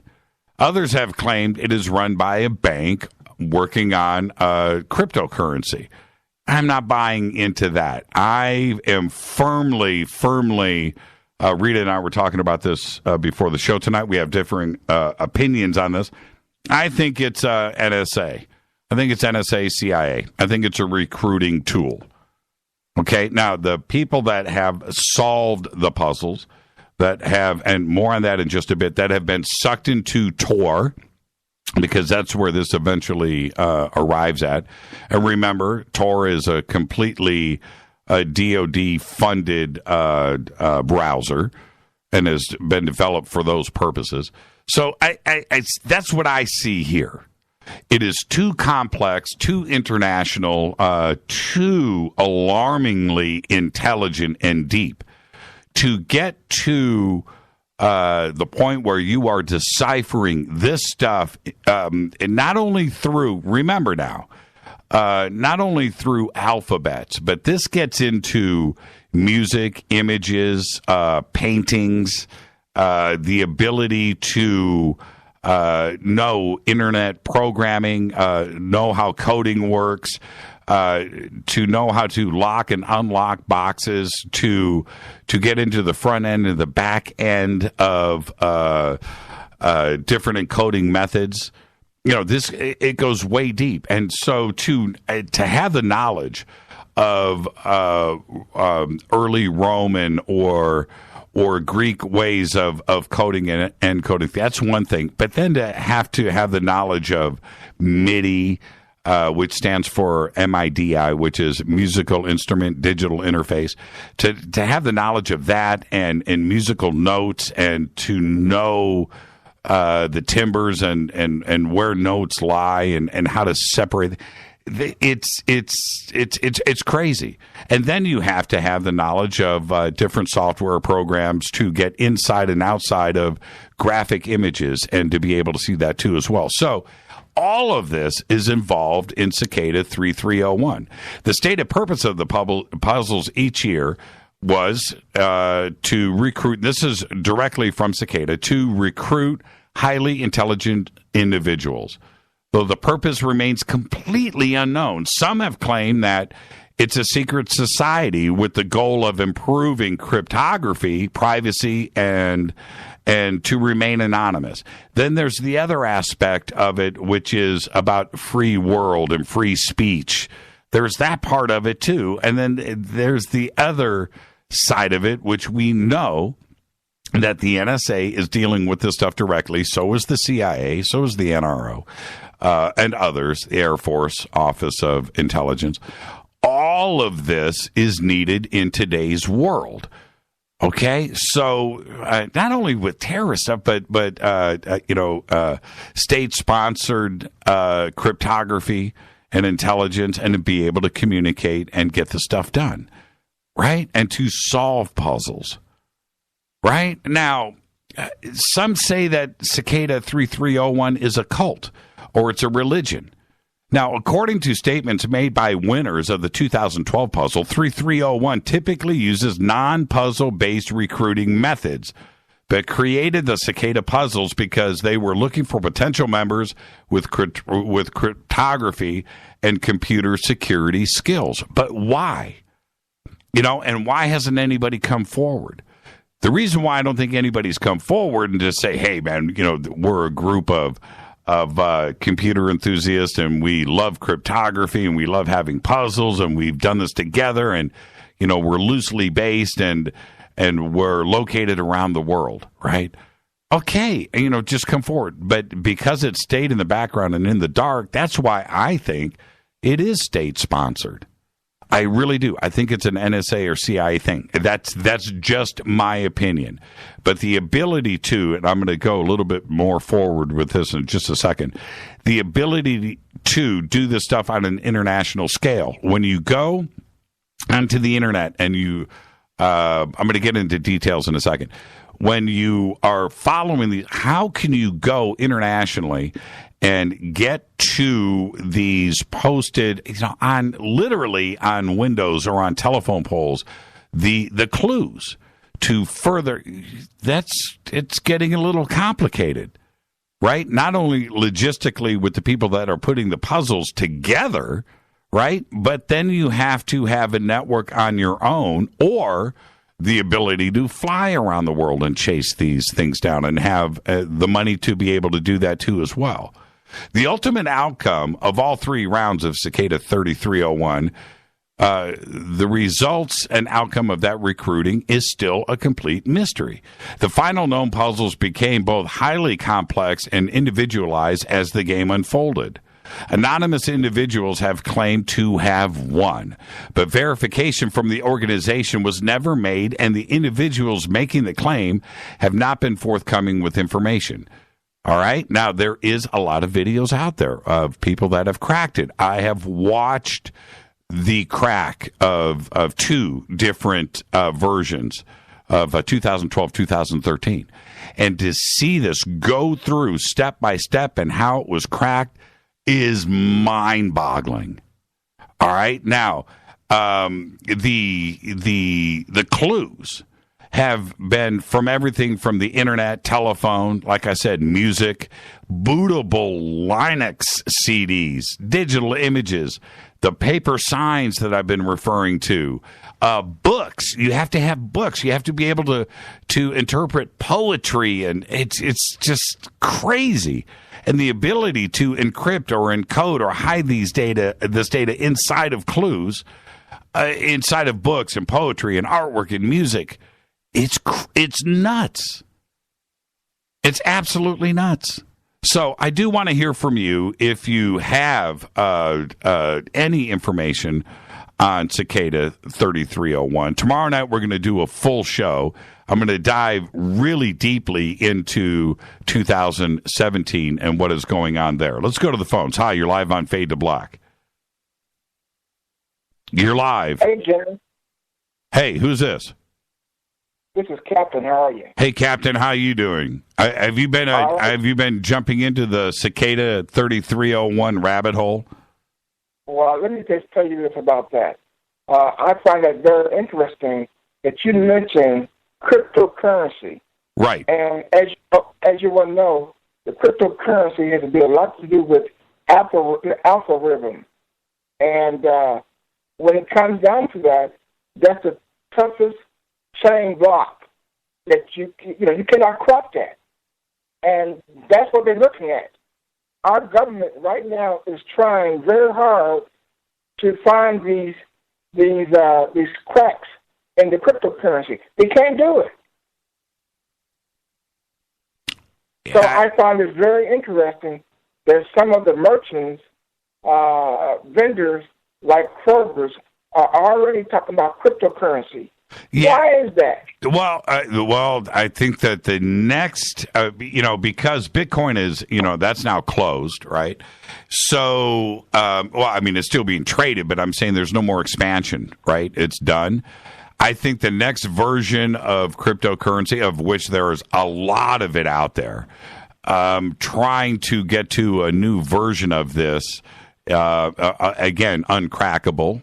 It's got to be secure, otherwise it's not worth anything, right? If you can crack it and create your own currency, then it's worthless, right? But the cryptographic and mathematical and technical references inside of Cicada 3301, you've got @bash, you've got book ciphers, you've got the Caesar cipher, you've got Diffie-Hellman, you've got factorization. You have the GNU privacy guard, GNU PG or CPG. You've got Linux, magic squares, number theory, transposition ciphers, right? Crazy loops. The amount of knowledge that it takes for an individual to go and crack Cicada 3301 is absolutely amazing. But some have done it. My question is the group or groups that have put this together, where's the intelligence coming from? Because you have to, not only do you have to solve it, but dude, it's got to be written first. The puzzle has to be created. So who is doing that, right? It's a whole other thing to solve it. you and your friends get together and you're posting the clues on the internet, and you guys are all, your brain power is getting together and you guys are cracking this. Okay, that's one thing. But who is writing the puzzle? That's a whole nother, man. That's a level of intelligence that I can't wrap my head around. But Jimmy, let me say this about that. This TV series that's going to come out called Genius, with Albert Einstein. People beware, because there's some things in that TV series, that is going to blow you totally away. I've seen some experts. I've seen some excerpts of the TV series. And I'm telling you, it's beyond your imagination. There's a movie coming out this year I can't wait to see, which I can't remember. I know what you're going to say. It's about Mars or the moon, and something is found here. Man, I just read the whole thing about it last night, and I'm just embarrassed that I don't have it in front of me right now. But that looks really, really cool. Another movie that's coming out very shortly. It's called Geostorm. People, beware. This stuff is real. And I'm telling you, cryptocurrency, the algorithm, all of a sudden, a TV series called Genius are coming out. There's no coincidence on this stuff. They're breaking this stuff down. Then you got vendors like Kroger's, all of a sudden, they're into cryptocurrency. So what's up with this stuff? Right. I'm trying to think of the name of this movie. The Moon Passenger, the Moon. Ah, man. Somebody popped this up in Twitter and saved me of the embarrassment here. What is it called? The Moon. Let me check out the chat rooms here. The Moon, what? What's it called? Somebody help me. I've got to go with the 20-second delay here. So as soon as I say the Moon Tripper, the Moon something. It looks really cool, and again, it has to do with some clues here on Earth, and somebody is sent over. Let me see here. Twitter's blasting by a little bit too quickly. Well, anyway, I'll let you go for now, and we'll. Tomorrow night, listen to the show tomorrow night. We're going to have a full-on Cicada 3301. What has happened now in 2017, I'm going to get into that next, and we'll take that through the break. So in the meantime, Captain, thank you so much, man. All right, thank you, Jimmy. Thank you. Yeah, the whole cryptocurrency part of this is a pretty interesting take on this. There's a lot of people out there that think that is actually what's going on. The moon also rises. Is that what it's called? Is it? Man, it just doesn't ring a bell. Hold on for a second, man. Okay, I hate to do this, but I'm going to. The moon also rises. Okay, let me see here. No, that's not, man. Who? Oh, also. Yeah, let's pop in also. Okay, boom. No. No, it's something else. The Moon Passenger, the Moon something. All right. Anyway, back to Cicada. Let's see here. River Moon Coffee. It's not crickets. It's cicadas. Moontrap. That's it. Moontrap. That's it. Thank you so much, Gabriel. Moontrap. That's the movie I want to check out. That looks really good. Okay. All right. So January 4th. That was the day, right? 2012, 2013, 2014. January 12th. And nothing happened this year on January 12th. But it did on January 5th, 2017. Everyone was awaiting Cicada 3301's return. But their Twitter account never communicated, leaving leaving that entire community pretty baffled. Many theorized that Cicada 3301 no longer used Twitter. Maybe it was compromised. Maybe there was something else going on behind the scenes, right? Cicada hunters scoured social media. They were looking for answers. They were posting things like, dude, where did you go? Where are you? Cicada 3301, don't leave us. Come back to us, right? Well, some leads started to pop up. And Thread Killer, Brian Brewster, of course, Sam Blythe, Laser Bob, and Cicada 3301, and the Fright Nights video that was about Marcus Warner. So things started to pop up. And according to Cicada solver Brian Brewster, Cicada 3301 did release a 2017 puzzle, but they released it this time on 4chan. It's always 4chan these days, right? It wasn't on Twitter, it was on 4chan. With this message, a flood approaches, and it's with two Ds, F-L-U-D-D. A flood approaches. Chart the stars. A cord of wood warms may I. Okay? Signed 3301. Now, 2 images were attached. More on that in just a bit. And then there was a website discovered with 7 timers. That website is www.7113-171-92329. Did you write that down? I think Rita just posted it earlier in Twitter. It'll get posted up here again. All hell broke loose here in the bunker, back at the homestead. This website is a trip. Now, you had to go through those codes. A cord of words, warms may I, 3301, a flood approaches, charts of the stars. Yesterday was Pi Day. That was interesting, too, as well. And this website was the result. Again, it's www.7113-117-192-329. And did it pop up here? I'll go ahead and retweet it once it comes in. Thank you, Gabriel, for that. Okay. Moontrap. I've got to hit a break. When I come back, for us here at Fade to Black, this website and Cicada 3301 and 2017 and what has resulted since, it is absolutely incredible. I want all of us to get on this as Fadernauts. I want all of us to go through this together. I've got a bunch of information that I'm going to share with you in just a second, right after the break. And let me cue the music. It's been really crazy around here.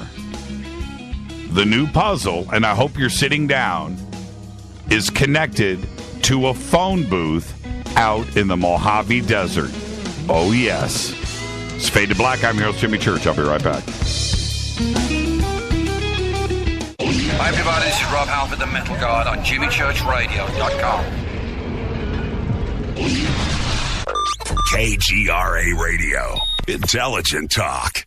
Do you know what's in your body soap? Well, I didn't know the answer until about 5 years ago when I looked at the label of my soap and was shocked to see all the chemicals. For my entire life, I had been assaulting the largest organ of my body, my skin, and to think my children were using it too. Well, a lot has changed since then. Today, my family and I operate Stone City Farms, where we make and sell all-natural goat milk soap using fresh goat milk from goats we raise on our farm. Our mission at Stone City Farm is to produce high-quality, all-natural goat milk soap for people who want a fresh, unrefined, natural product. At Stone City Farms, we offer scented and unscented soaps and a signature line of gift sets customizable to your needs. To see what our customers are saying, go to StoneCityFarm.com. Use the code NATURAL for a 20% discount. That's StoneCityFarm.com, code NATURAL for 20% off your order. You never know what could be hiding in your soap. So, you love talk radio? Then you'll love TalkStreamLive.com. TalkStream Live is always on, 24/7, with the best streaming talk shows. Find your favorite talkers and discover some new ones. It's free, readily available online or on any smartphone or tablet. Finding your favorite talk shows all in one place has gotten a whole lot easier. Just go to TalkStreamLive.com. Be sure to download the free apps from Google Play or the iTunes App Store. Would you like relief from muscle pain, headaches, and discomfort to sleep better, have more energy during the day, and just feel naturally amazing? Fibromalic can help. Its blend of malic acid and magnesium can provide pain relief and comfort for those who experience fibromyalgia. It helps your body absorb more oxygen, and it works quickly for a significant reduction in pain within 48 hours, all without a prescription. Ask for Fibromalic at health and vitamin shops or shop fibromalic.com. Did you know that when you're on the road with limited data or Wi-Fi available, you can still listen to every minute of Fade to Black by just calling 605-562-4482. No smartphone, app, or internet needed. It saves your data plan and no extra cost if you have unlimited minutes. Just call 605-562-4482. You can listen to me, Jimmy Church, on any phone, anytime, anywhere. Go Beckley Tappy.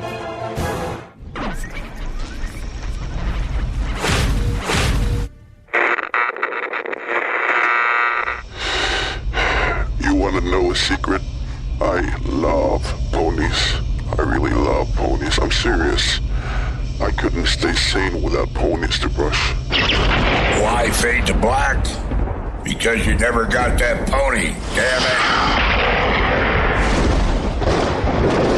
it. This is Fade to Black with Jimmy Church on the Game Changer Radio Network and KGRA, the Global Radio Alliance.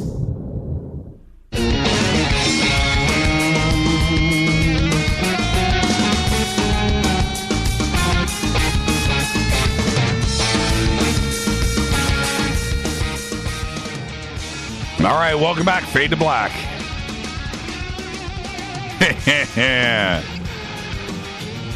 You guys are good. Fade to Black. I'm your host, Jimmy Church. Follow me on Twitter at JChurchRadio. That's what you want to do now. Thank you to Linda Moulton Howe. We are talking about Cicada 3301. Okay, now I'm watching what you guys are doing. It's not cool. No, it is. We're going to open up this door. Tomorrow night on Fader Night, this is what we're going to be talking about and where we are right now in 2017 with that version, the latest puzzle. Rita, who is one of, and if you've ever met her, you know, she's one of the smartest people that I know. Okay, and when confronted with something like this is her world, man. She will not... The tap's not going to get turned off until she gets to the end of it. Okay, this is a crazy world, and it is not for the faint of heart. Okay, you need to once you start getting into what Cicada 3301 is about, and ciphers and cryptography and solving a puzzle. This isn't like the game Clue. Okay, this is at a whole nother level. The new puzzle right now started off with that mysterious message that I had read to you a few minutes ago. It was on 4chan, and the message was: a flood approaches. Chart the stars. A cord as in music. A cord of wood, WOLD. Warms, and that was in all caps, WARMS, my eye, signed 3301, with 2 images attached. Now, that was immediately taken apart and figured out, and that website was discovered with 7 timers. The website, again, is www.71113179329.com. You can go there now. There's a timer. There's music that is playing. There is some backwards vocals that are there. Okay? All right?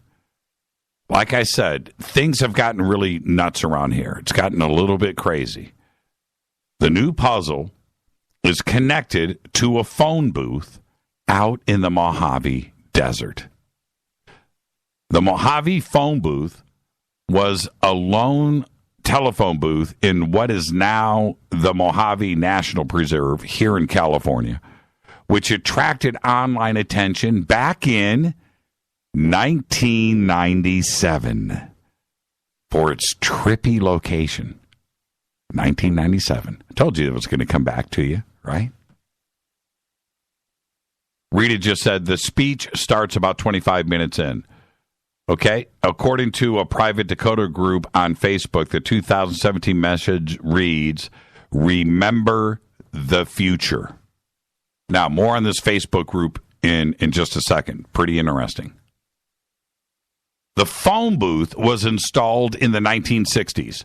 The booth was 8 miles from the nearest paved road, 15 miles from the nearest numbered highway, and miles away from any buildings. It's just a phone booth sitting in the middle of the Mojave Desert.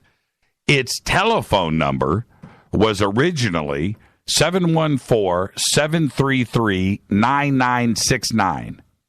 But the area code changed to 619 and then eventually 760. Now, stay with me on this. I remember when all of this broke out back in 1997. How is this tied to Cicada 3301 in 2017? That's why I am here. I love you guys. The phone became a sensation on the internet back in 1997. I'll never forget hearing about it.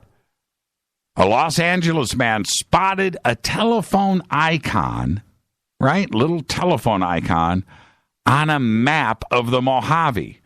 He sees it out in the middle of the desert. Why is there a telephone icon on this map? So he decides to jump in his car and go and find this thing and visit it. He wrote a letter about his adventure, about finding the icon on the thing and everything that he went through to go and find this telephone booth, to an underground magazine, and included, at that time, the telephone booth's phone number, the 714-733-9969. Godfrey Daniels comes into the picture. He's a local computer entrepreneur. He read the letter, and he started the first of several websites devoted to the Mojave telephone booth. Remember that. Now, this is where things really get interesting, because several callers and fans, it got out of control. People started calling the telephone booth. Some started to get into cars and go out to, plan trips to go out to the booth and find it. And some were going out there to answer phone calls. Some went out and I think you've heard me mention this on the show maybe 3 years ago when I first started talking about this. It was a fascinating time, right? It was crazy. This mysterious, it reminded me of, and especially back then in 1997, it reminded me of the black mailbox, right?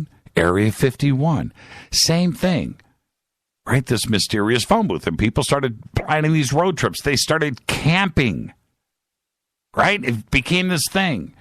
Several people went out and started recording phone calls of their conversations from people that would call the phone booth from all around the world. Over time, this phone booth was just covered with graffiti left from people that were visiting.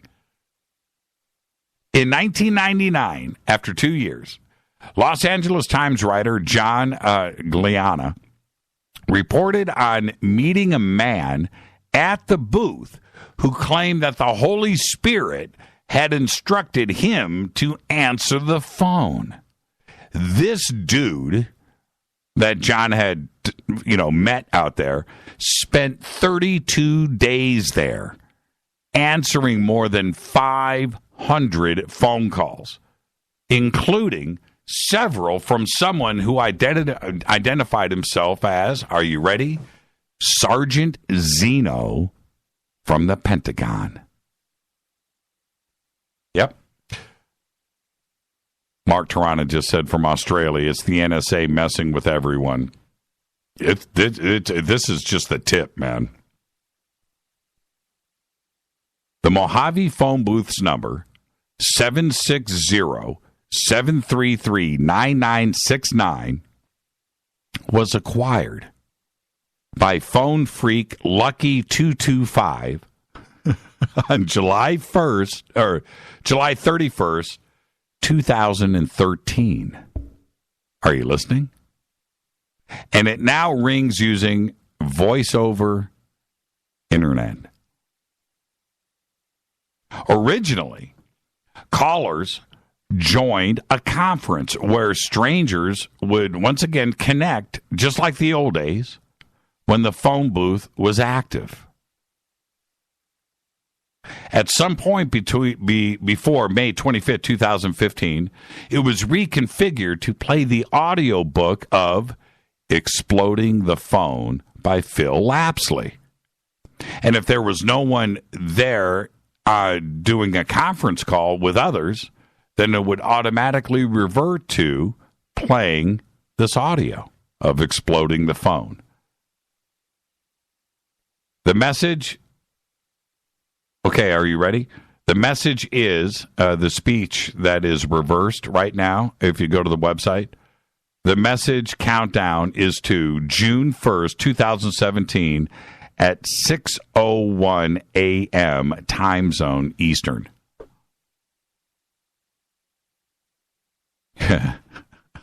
T. Booth just said, if you solve this puzzle, bye-bye.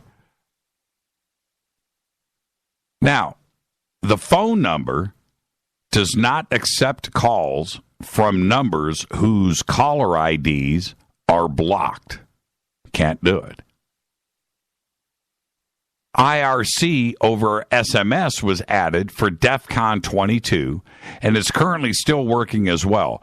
One can send an SMS with subscribe alias to 760-733-9969 to join the group SMS chat. I'm not joking about this. Now, I am encouraging everybody to get in on the action. Okay? Now, don't forget, dub 711-131-719-2329. That is the website. Have we got that up here in Twitter? I'll retweet it now. That is the website. So somebody tweet it for me so I can retweet. I'm not going to type it in. 3301 in end of time. Yeah, okay, IPD. Keep going. It's much deeper than that, though. It's much deeper. All right, so here we go. A group on Facebook's busiest Cicada page put together some interesting research on the puzzle, NFG Cicada 3301 research. Now, and this is conducted by Sam Blythe and Francis Froggy. And some of the things that they have discovered on the new puzzle, thank you for the Mojave phone booth pictures. Boom, done. Actually, I'm going to blow that up. There it is. There it is. Thank you, K28. There it is. Look at the graffiti. There it is. Pacific Bell. The phone booth sits by itself in the middle of the Mojave Desert. Is that trippy? Thank you for that. If you convert 711-317-192-329 to letters via Gematria Primus, you get Orcgwin. ORCGWHN. Now, kind of random, I know, right? But, and it is, if you think about it, it's ORCGWHN. Here, I'm going to pop this in Twitter for you. This is what it converts to. ORCGWHN. All right? Now, for all of you out there, what does that mean to you? Look at it. There it is in Twitter. ORCGWHN. I'll pop this in the ORC. This is for the GWHN. There it is. I put it in the chat room. What does that say to you? Come on. Come on, cryptographers. When you see those letters, like I said, it's kind of random, but it is not. This is the next stage in the puzzle. Orc being what? ORC, orc, right? An evil spirit. Also, Lord of the Rings, right? GWHN. Is that a reference to Gwen Apnud? Right? And the what? Follow me on this. Come on, you got to go with me. The Wild Hunt. Odin leads the Norse. Odin has one eye and is part raven and part wolf. The second line has major importance here. Chart the stars. A cord of wood warms my eye. The letter I, not E-Y-E, the letter I. Think about it, okay? This line implies that we must use astronomy as the reference. All right, I'm looking at you guys starting to get into this. Man, look at you guys. Bam, bam, bam, bam, bam, bam, bam, bam, bam. Okay? We as Fadernauts need to... Not the Mojave phone booth. That's good. Thank you, Justin. We're going to work on this, and we're going to continue. I'm going to see how smart we are. Because this line implies that we must use astronomy. Chords, music, Fadernauts. So now we have astronomy. We have chords. With all of us putting our brains together, we're going to get to the bottom of it. We're going to get through Cicada 2017-3301 together. Chords are three notes that make a harmony and possess a hopeful tone. Using the tone of chords and the astronomy focuses, you get the answer. Traveling and terraforming Mars. That could be where we are at right now. But Mars is also a war god, right? So is it war? Now, that is where we are at right now. Yeah, exactly. Eric just said this is too deep. It is. I'm telling you, Cicada 3301 for the next 24 hours until this show tomorrow night. All of you, you need to jump down this rabbit hole with me. You need to go to the website. You need to check this out. When it comes to this, the NSA, obviously, and I think the CIA is involved with it too, are looking for those that can pick this apart. I don't think it's a loose group of friends around the net. The fact that Tor is involved, literally, for all of this, I've got some video links. I'll post it up after the show tonight. I'll post them up in Twitter. As you are unraveling these different puzzles, you literally had to go and download the Onion router. You had to download Tor. You had to have figured out up to that point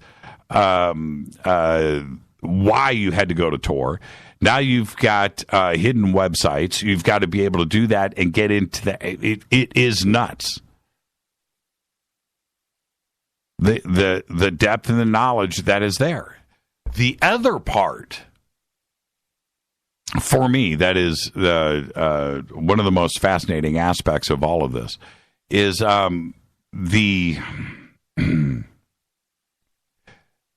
websites themselves Everything that you go and do right now, all of those websites, you cannot find out who owns them. Okay? So now look, and I get it. Yes, you could be smart enough, you can be intelligent enough to go and do that. But no, it's hidden in a different way. Why do it like that? Why hide everything? You can't find domain name, you can't find registrations, you can't find. It is so complex. It is unreal. I went and looked. There is, I believe, okay, all right, I don't know them all by heart. I didn't write them down. But I believe you have Australia, New Zealand, Japan, Washington, not D.C., Washington, 2 locations up in Washington State, the UK, different locations around the world that you had to go to physically to go up and look and scan these flyers that are posted, and they have the Cicada logo on it, and then they have a barcode, and you have to scan that barcode for the next clue. It's way, way, way too complex for a bunch of friends to get together and put these puzzles together. The other thing that I started to touch upon earlier, on the previous puzzle, you literally had to know music. You had to know music, and then not only you had to have the ears. That's the clue I was searching for. You had to be able to listen to this music and with your ears and notice that it was two different songs that were playing at the same time. I've listened to it, and when you listen to it as it's you wouldn't. Somebody that isn't musical wouldn't hear anything at all. Somebody that was musical might have thought, hey, you know what? Somebody was tripping when they wrote this. It doesn't quite, it's either very complex musically or it doesn't make any sense. But you had to have the ability to say to yourself, and again, this isn't with computer code. This is not with a puzzle. This isn't with, shifting letters. Right? An Enigma machine. No. This part of the puzzle, you had to have ears and intuition to sit there and go, oh, wait a minute. It's 2 songs together, but now I need to separate the notes. How do I do that? Well, now you have to take this recording, put it into a MIDI note converter program, load that in, look at the MIDI notes, pull the songs apart, so now you have 2 separate songs, and then try to figure out what these notes are saying on both sides, which ones are important, which ones are not. It's way beyond. It is just so complex.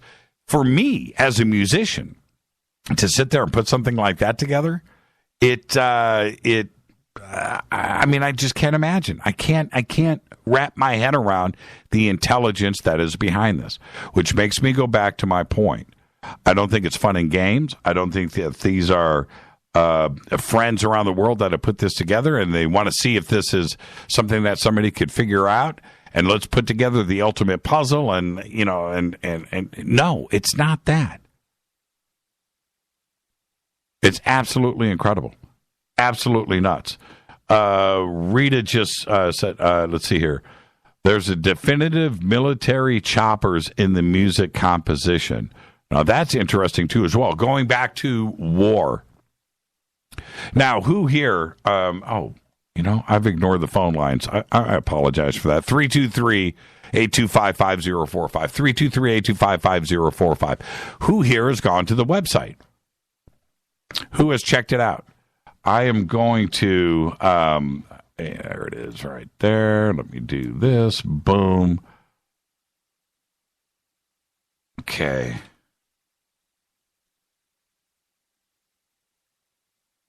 Sorry for the silence. Oh, I just messed that up. I'm just going to go to the website really quick, and the reason why is this. Okay. I didn't have the website up in front of me. I didn't want to do it during the show. It's such a distraction. Okay, so when you go to the website, 711-131-92329, go to the website. Down at the bottom is the cicada. Significance there, right, for a lot of different reasons, but it surfaces every so many years. Different. It depends on what species of cicada. You have that. Along the top, you have a totally crazy cipher going across the top. And circumferences shed on pi, 116. This is what it says here. 116771677165711567235931167. The countdown timer is going backwards right now. It's at 77:06, 34, 47, 46, 45 seconds, 44 going backwards. And that's all you've got with this.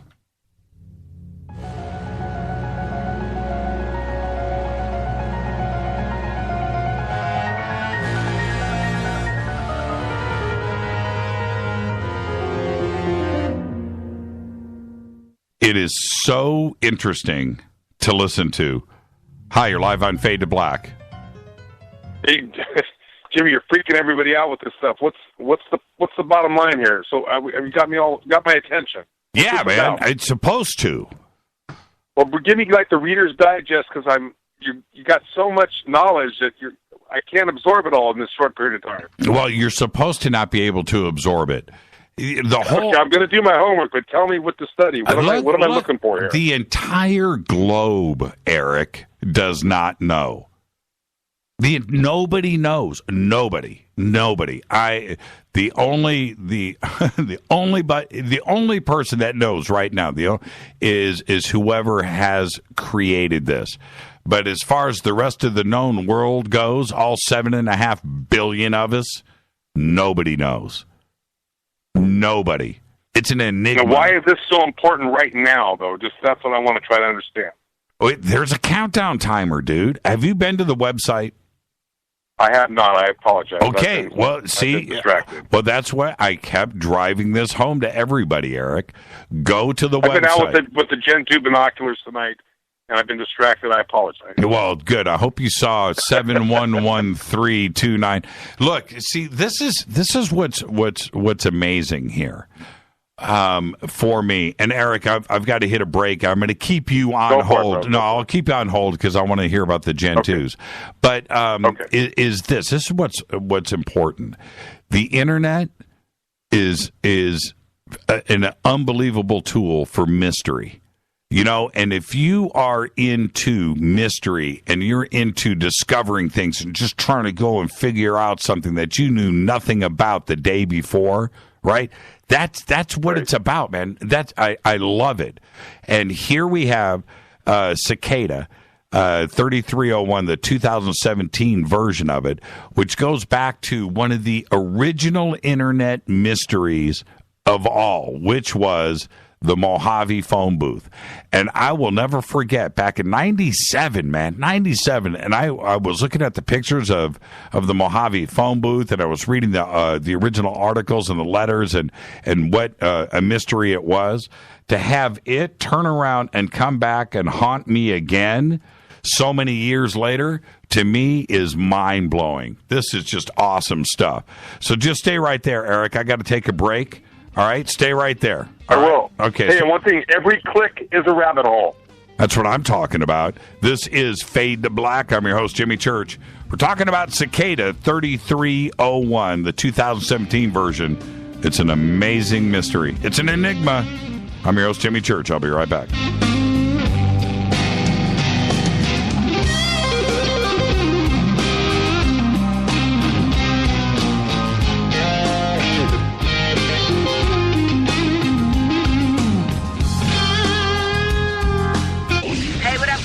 Vivica Fox here, and you are listening to my boy, Jimmy Church, on JimmyChurchRadio.com.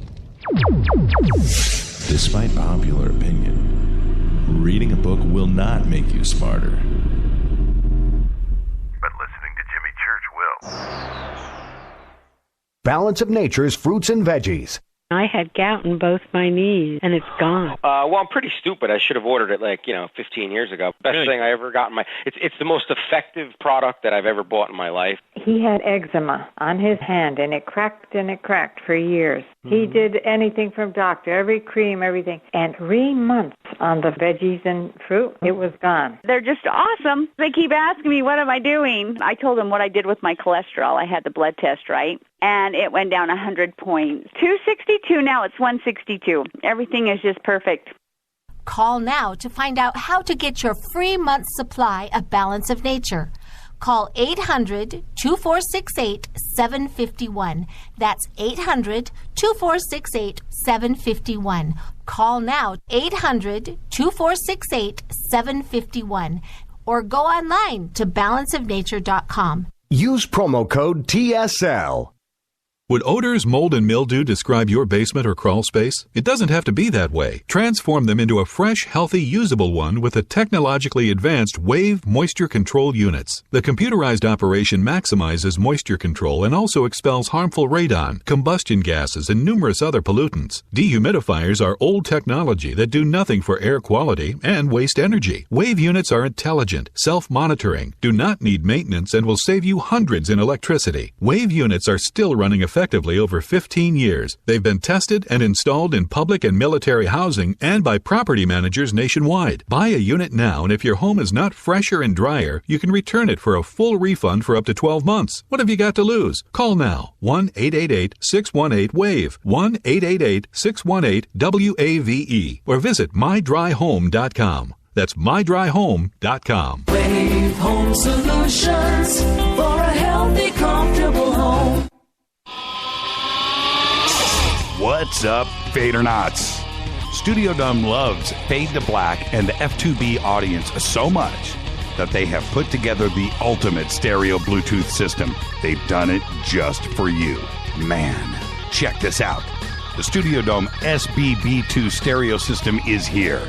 It's featuring 2 Studio Boombox 2 SBB2 wireless Bluetooth speakers, packed in its own custom hardshell case. This Studio Dome system features the very latest in stereo Bluetooth technology. The 2 full-range boomboxes are in true wireless stereo. You've got to hear this. It's amazing. It's just $129, and use the promo code JCRTWS, and you'll also get free shipping. It's simple. Just go to jimmychurchradio.com, click on the Studio Dome banner. Go Beckley Teppy.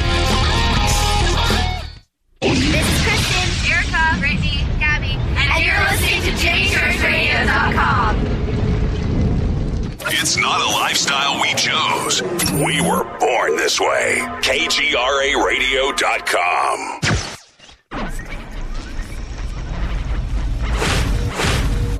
This is KJCR at JimmyChurchRadio.com.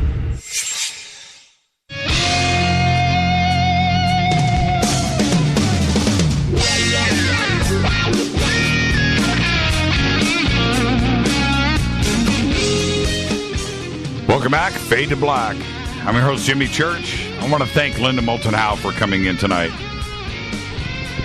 and congratulate her on her award and great presentation out there and the audience and everything out there in Manchester. And right now we are talking about Cicada 3301.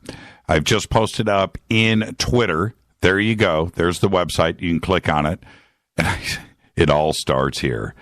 Man, Eric, I'm telling you, man, when you are going to have one long night. And now what you need to do with Cicada 3301, and I should just go ahead and put this up here for everybody. That's all you got to do is Cicada 3301. That's your search term. And good luck with that, man. And just go and jump down this rabbit hole. One of the most fascinating things that you can do is go and look at some of the YouTube videos of a couple of people that have claimed to have solved it.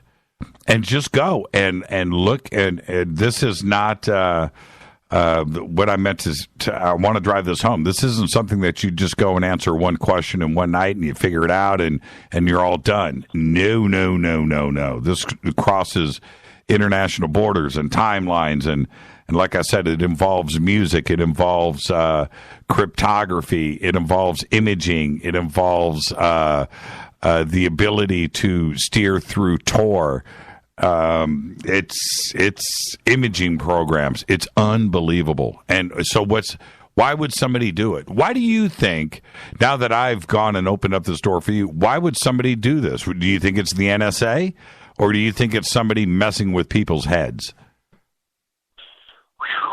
God, I mean, the way the trend is now, I think it's the latter. Someone's messing with people's heads, because there's so much going on. I mean, with what Trump's doing, and people are, I'm not going to get political, but the point is there's so much happening that there's always seems to be a distraction. And you may be down a rabbit hole that's got some validity, and I'm going to look, but it's like, how much time in a day do we have to research every freaking rabbit hole?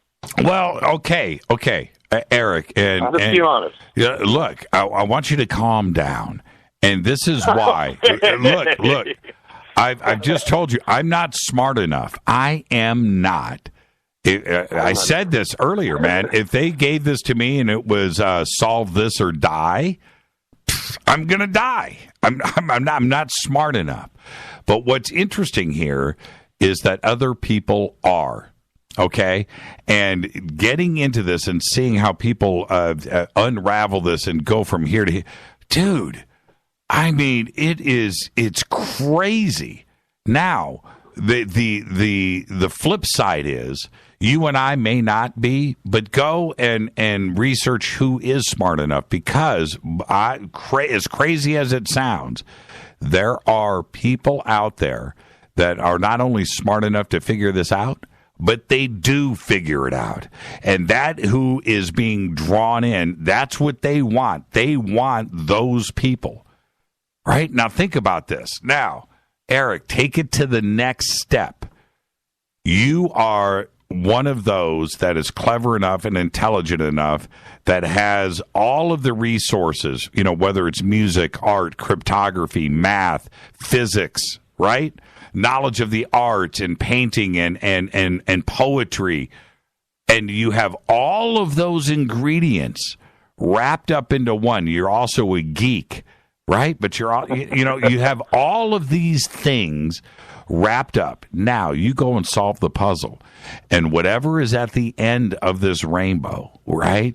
And now you are the last thing. And I don't know what it is. I don't. I'm not going to pretend that I do. But let's just say that the last step is you going through Super Muser just posted, I'll figure it out. I hope that you do. And we're going to do this together as Fadernauts. But you've done it. And now you are somewhere on the deep web, and you are now at some hidden website, and you enter in and you meet whoever it is that you need to meet. What is that conversation? You're going to find out who and what, and now, after that, are you going to come out of that room and tell us about it? You know what? Hell no. You are not. You are not. Think about this. No, you are now. You are in a very, very, very special class of people, right? And that's it. Think about that. So no, we're not going to know for real. I don't think, man. This sounds like a question for a 33-degree Mason. Oh no, it's way beyond that, man. Way beyond that. Now, we're see. going deep. Oh, wow, man. This is. I'm telling you. After the show tonight, just go and surf and have your fun. Okay, so before we run out of time, and I've got calls on hold too as well. I'm not going to cut you off. How are those Gen 2s treating you? I love the Gen 2s.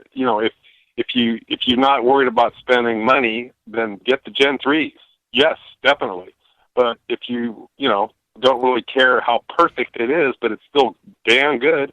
The Gen 2s are the best value, in my opinion, and you can get them for right around $2,000 for the, the binoculars you look through, and you can attach a camera to it if you want to. You can video off it. I didn't buy that yet, but I probably will. But yeah, I mean, they're awesome. I mean, it's freaky what you can see in the sky. I mean, you've looked through them before, haven't you? Oh yeah.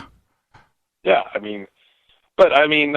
what brand do you have? Like I said, I have no problem loaning them to you. I mean, what's the... restrict you. I'll bring them by, drop them by the bunker, whatever. Okay, that's cool. When you're done, just let me know. Eric, I'll come and pick them up. What brand do you have? Okay, I sent you the link. You maybe didn't see it there on Twitter.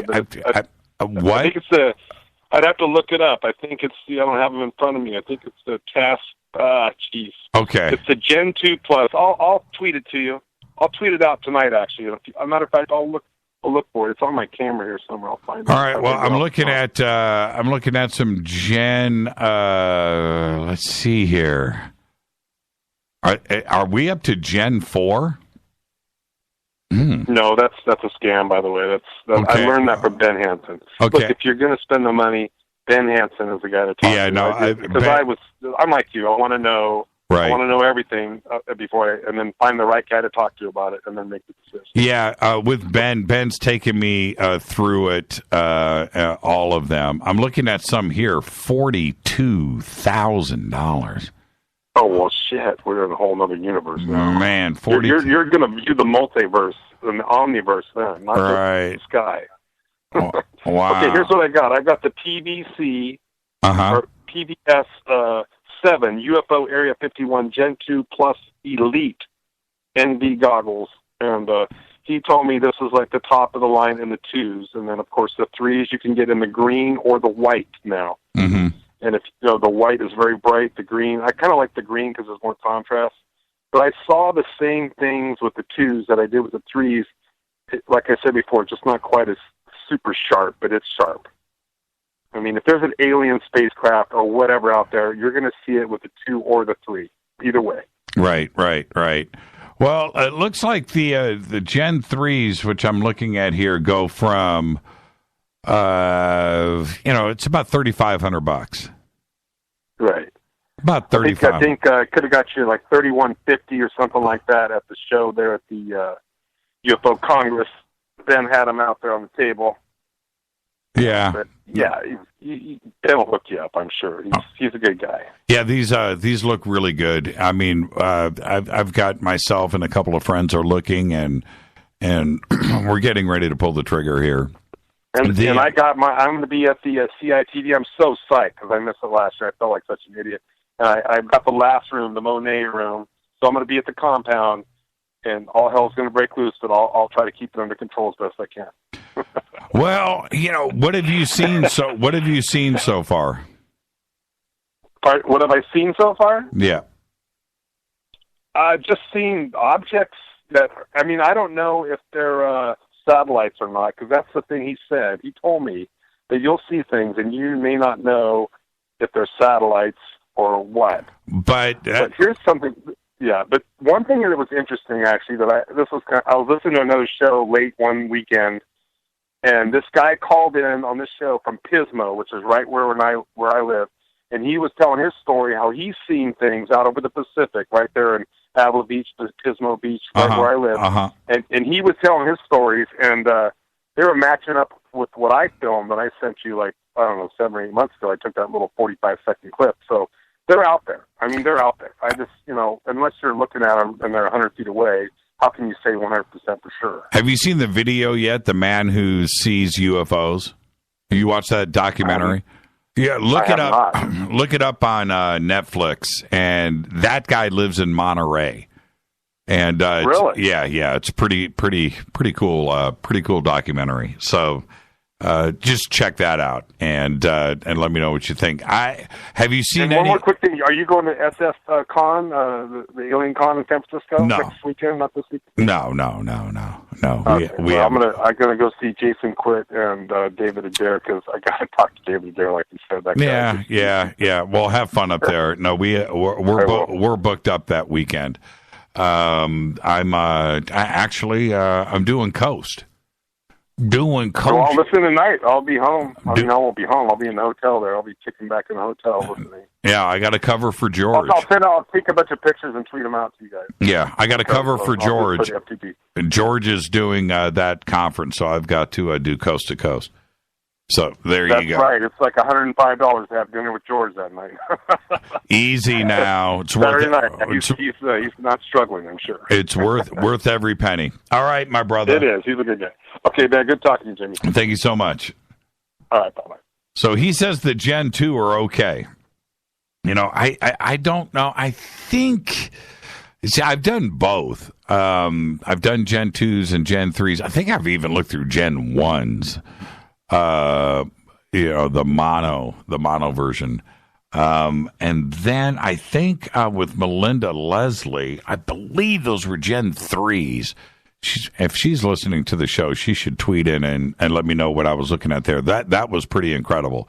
And then the second night, I think we were doing Gen 2. So there you go. Okay. All right, where am I? What was I just talking about? I can't even remember now. Oh. Okay, so what I have done here is I just posted up the website, okay, for Cicada. What I would like for Fade to Black is offline. No, it isn't. No, it is not, Kendra. Fade to Black is not offline. Okay. I posted it. So everybody go to Cicada tonight, 3301. Tomorrow night on Fader night, I want to start to have everybody pull the stuff apart.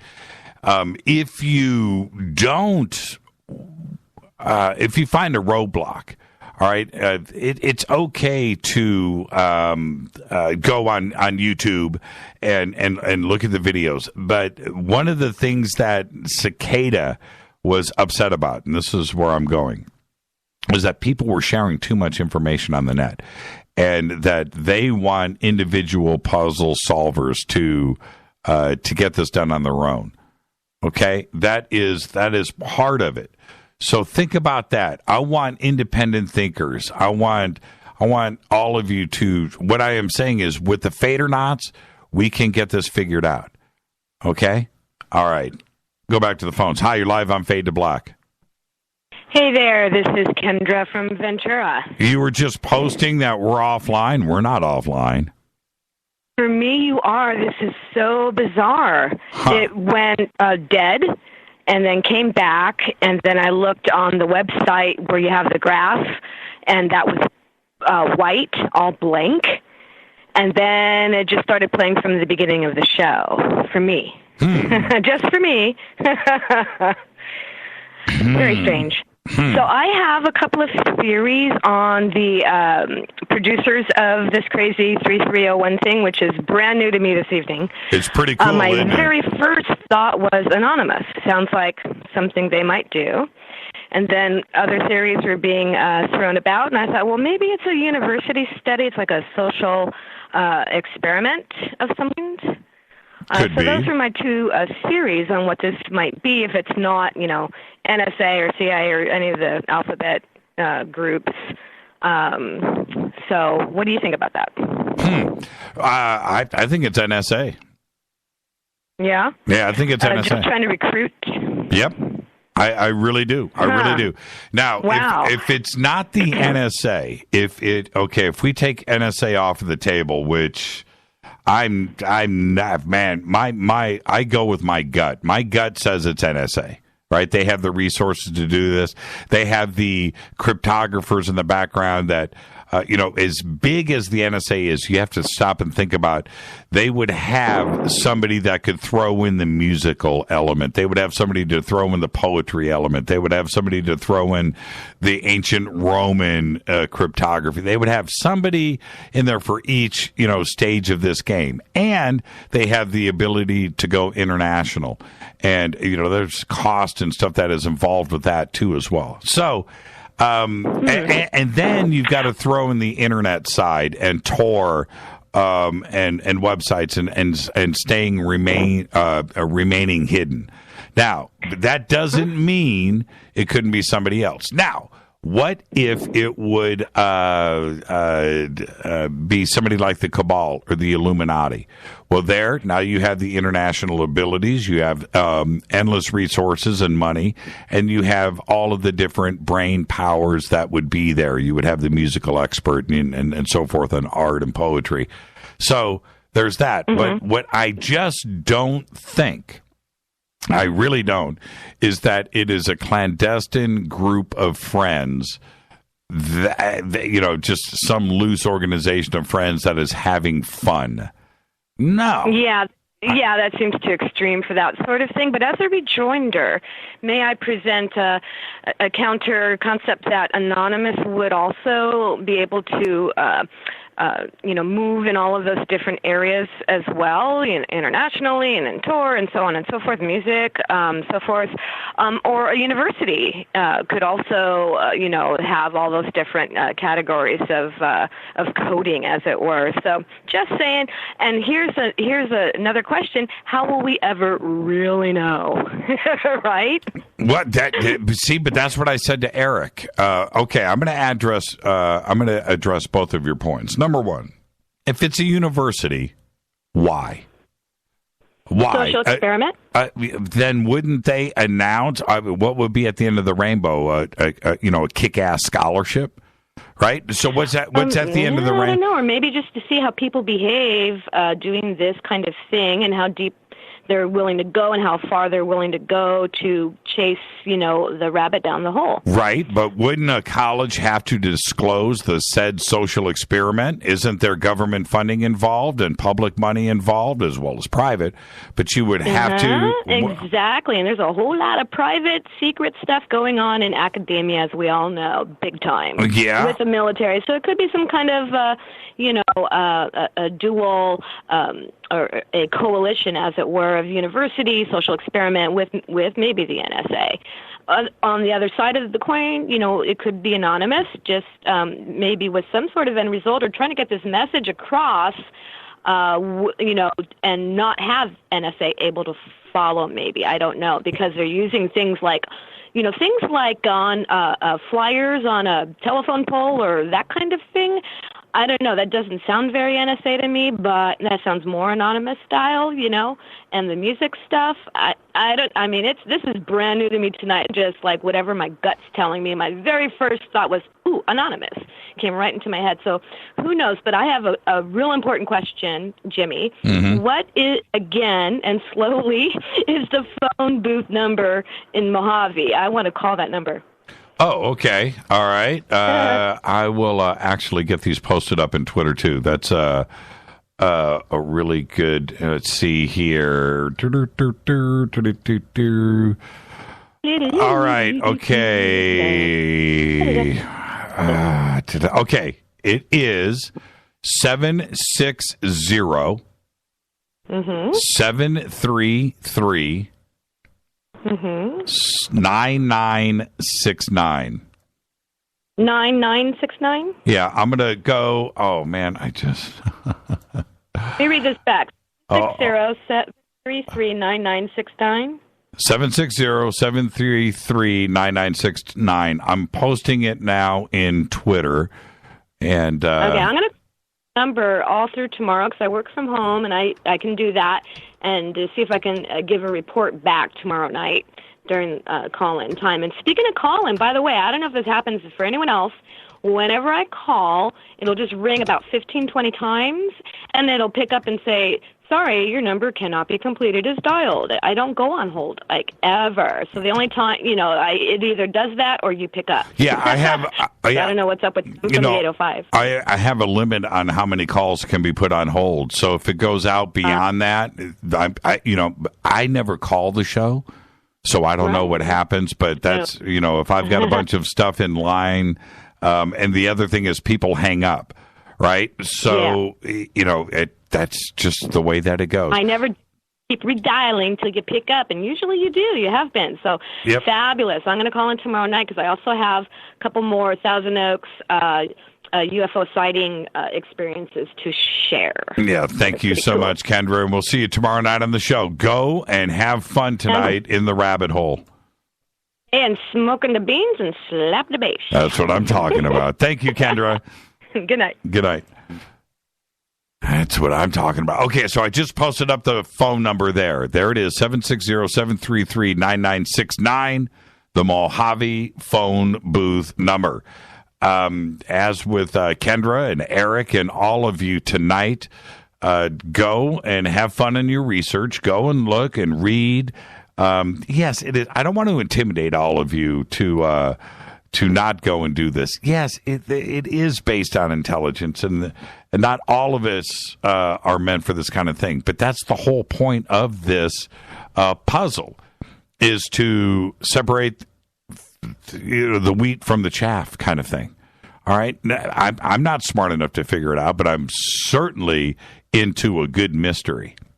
And there is something behind this, and I don't know what it is. The second part of her question was, would we find out, who is behind this? You know what? I'm telling you right now, if you solve this puzzle, if you are one of the few on planet Earth that figures it out, and you go to wherever this thing is going to lead you, I said it would be some deep web website, but it could be a crazy, it could be a restaurant in Manhattan. I don't know. But if you are one of those that is going to walk into the website or a bar or a location, you will not, I'm telling you, if you get that far, you will not tell us about it. You won't. There's not going to be an announcement. You're not going to go post a video on YouTube. It ain't going to happen.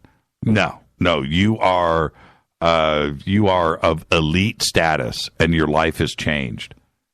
I'm serious. We will never know. Never know. Never know. And there's more on that tomorrow. This is Fade to Black. I'm your host, Jimmy Church. Thank you to Linda Moulton Howe. Great conversation, as always. Fade to Black's executive producers, Rita Kamarian. Show is produced by Hilton J. Paul, Mark T. Kovar, LJ3, Renee, Jonas. Thank you, Dennis. Thank you, Bob. Announcers are Steve Harder, Gene Vitoa, Mark D. Kovar. Fady Bidell. Webmaster is Drew the Geek. Music, Doug Aldrich. Intro, Spaceboy, spaceboymusic.com. Fade to Black is produced by KJCR for the Game Changer Network, and syndication is KGRA, The Planet. Thank you to Linda Moulton Howe. This broadcast is owned and copyrighted 2017 by Fade to Black and the Game Changer Network. It cannot be rebroadcast, downloaded, copied, or used anywhere in the known universe without written permission from Fade to Black or the Game Changer Network. I'm your host, Jimmy Church. Until tomorrow night, Fader Night with John Rappaport and his No More Fake Newsroom Live. I'm your host, Jimmy Church. Follow me on Twitter at JChurchRadio. Cicada 3301 2017. That's the show tomorrow night. Everybody be safe. Go Beckley Teppy.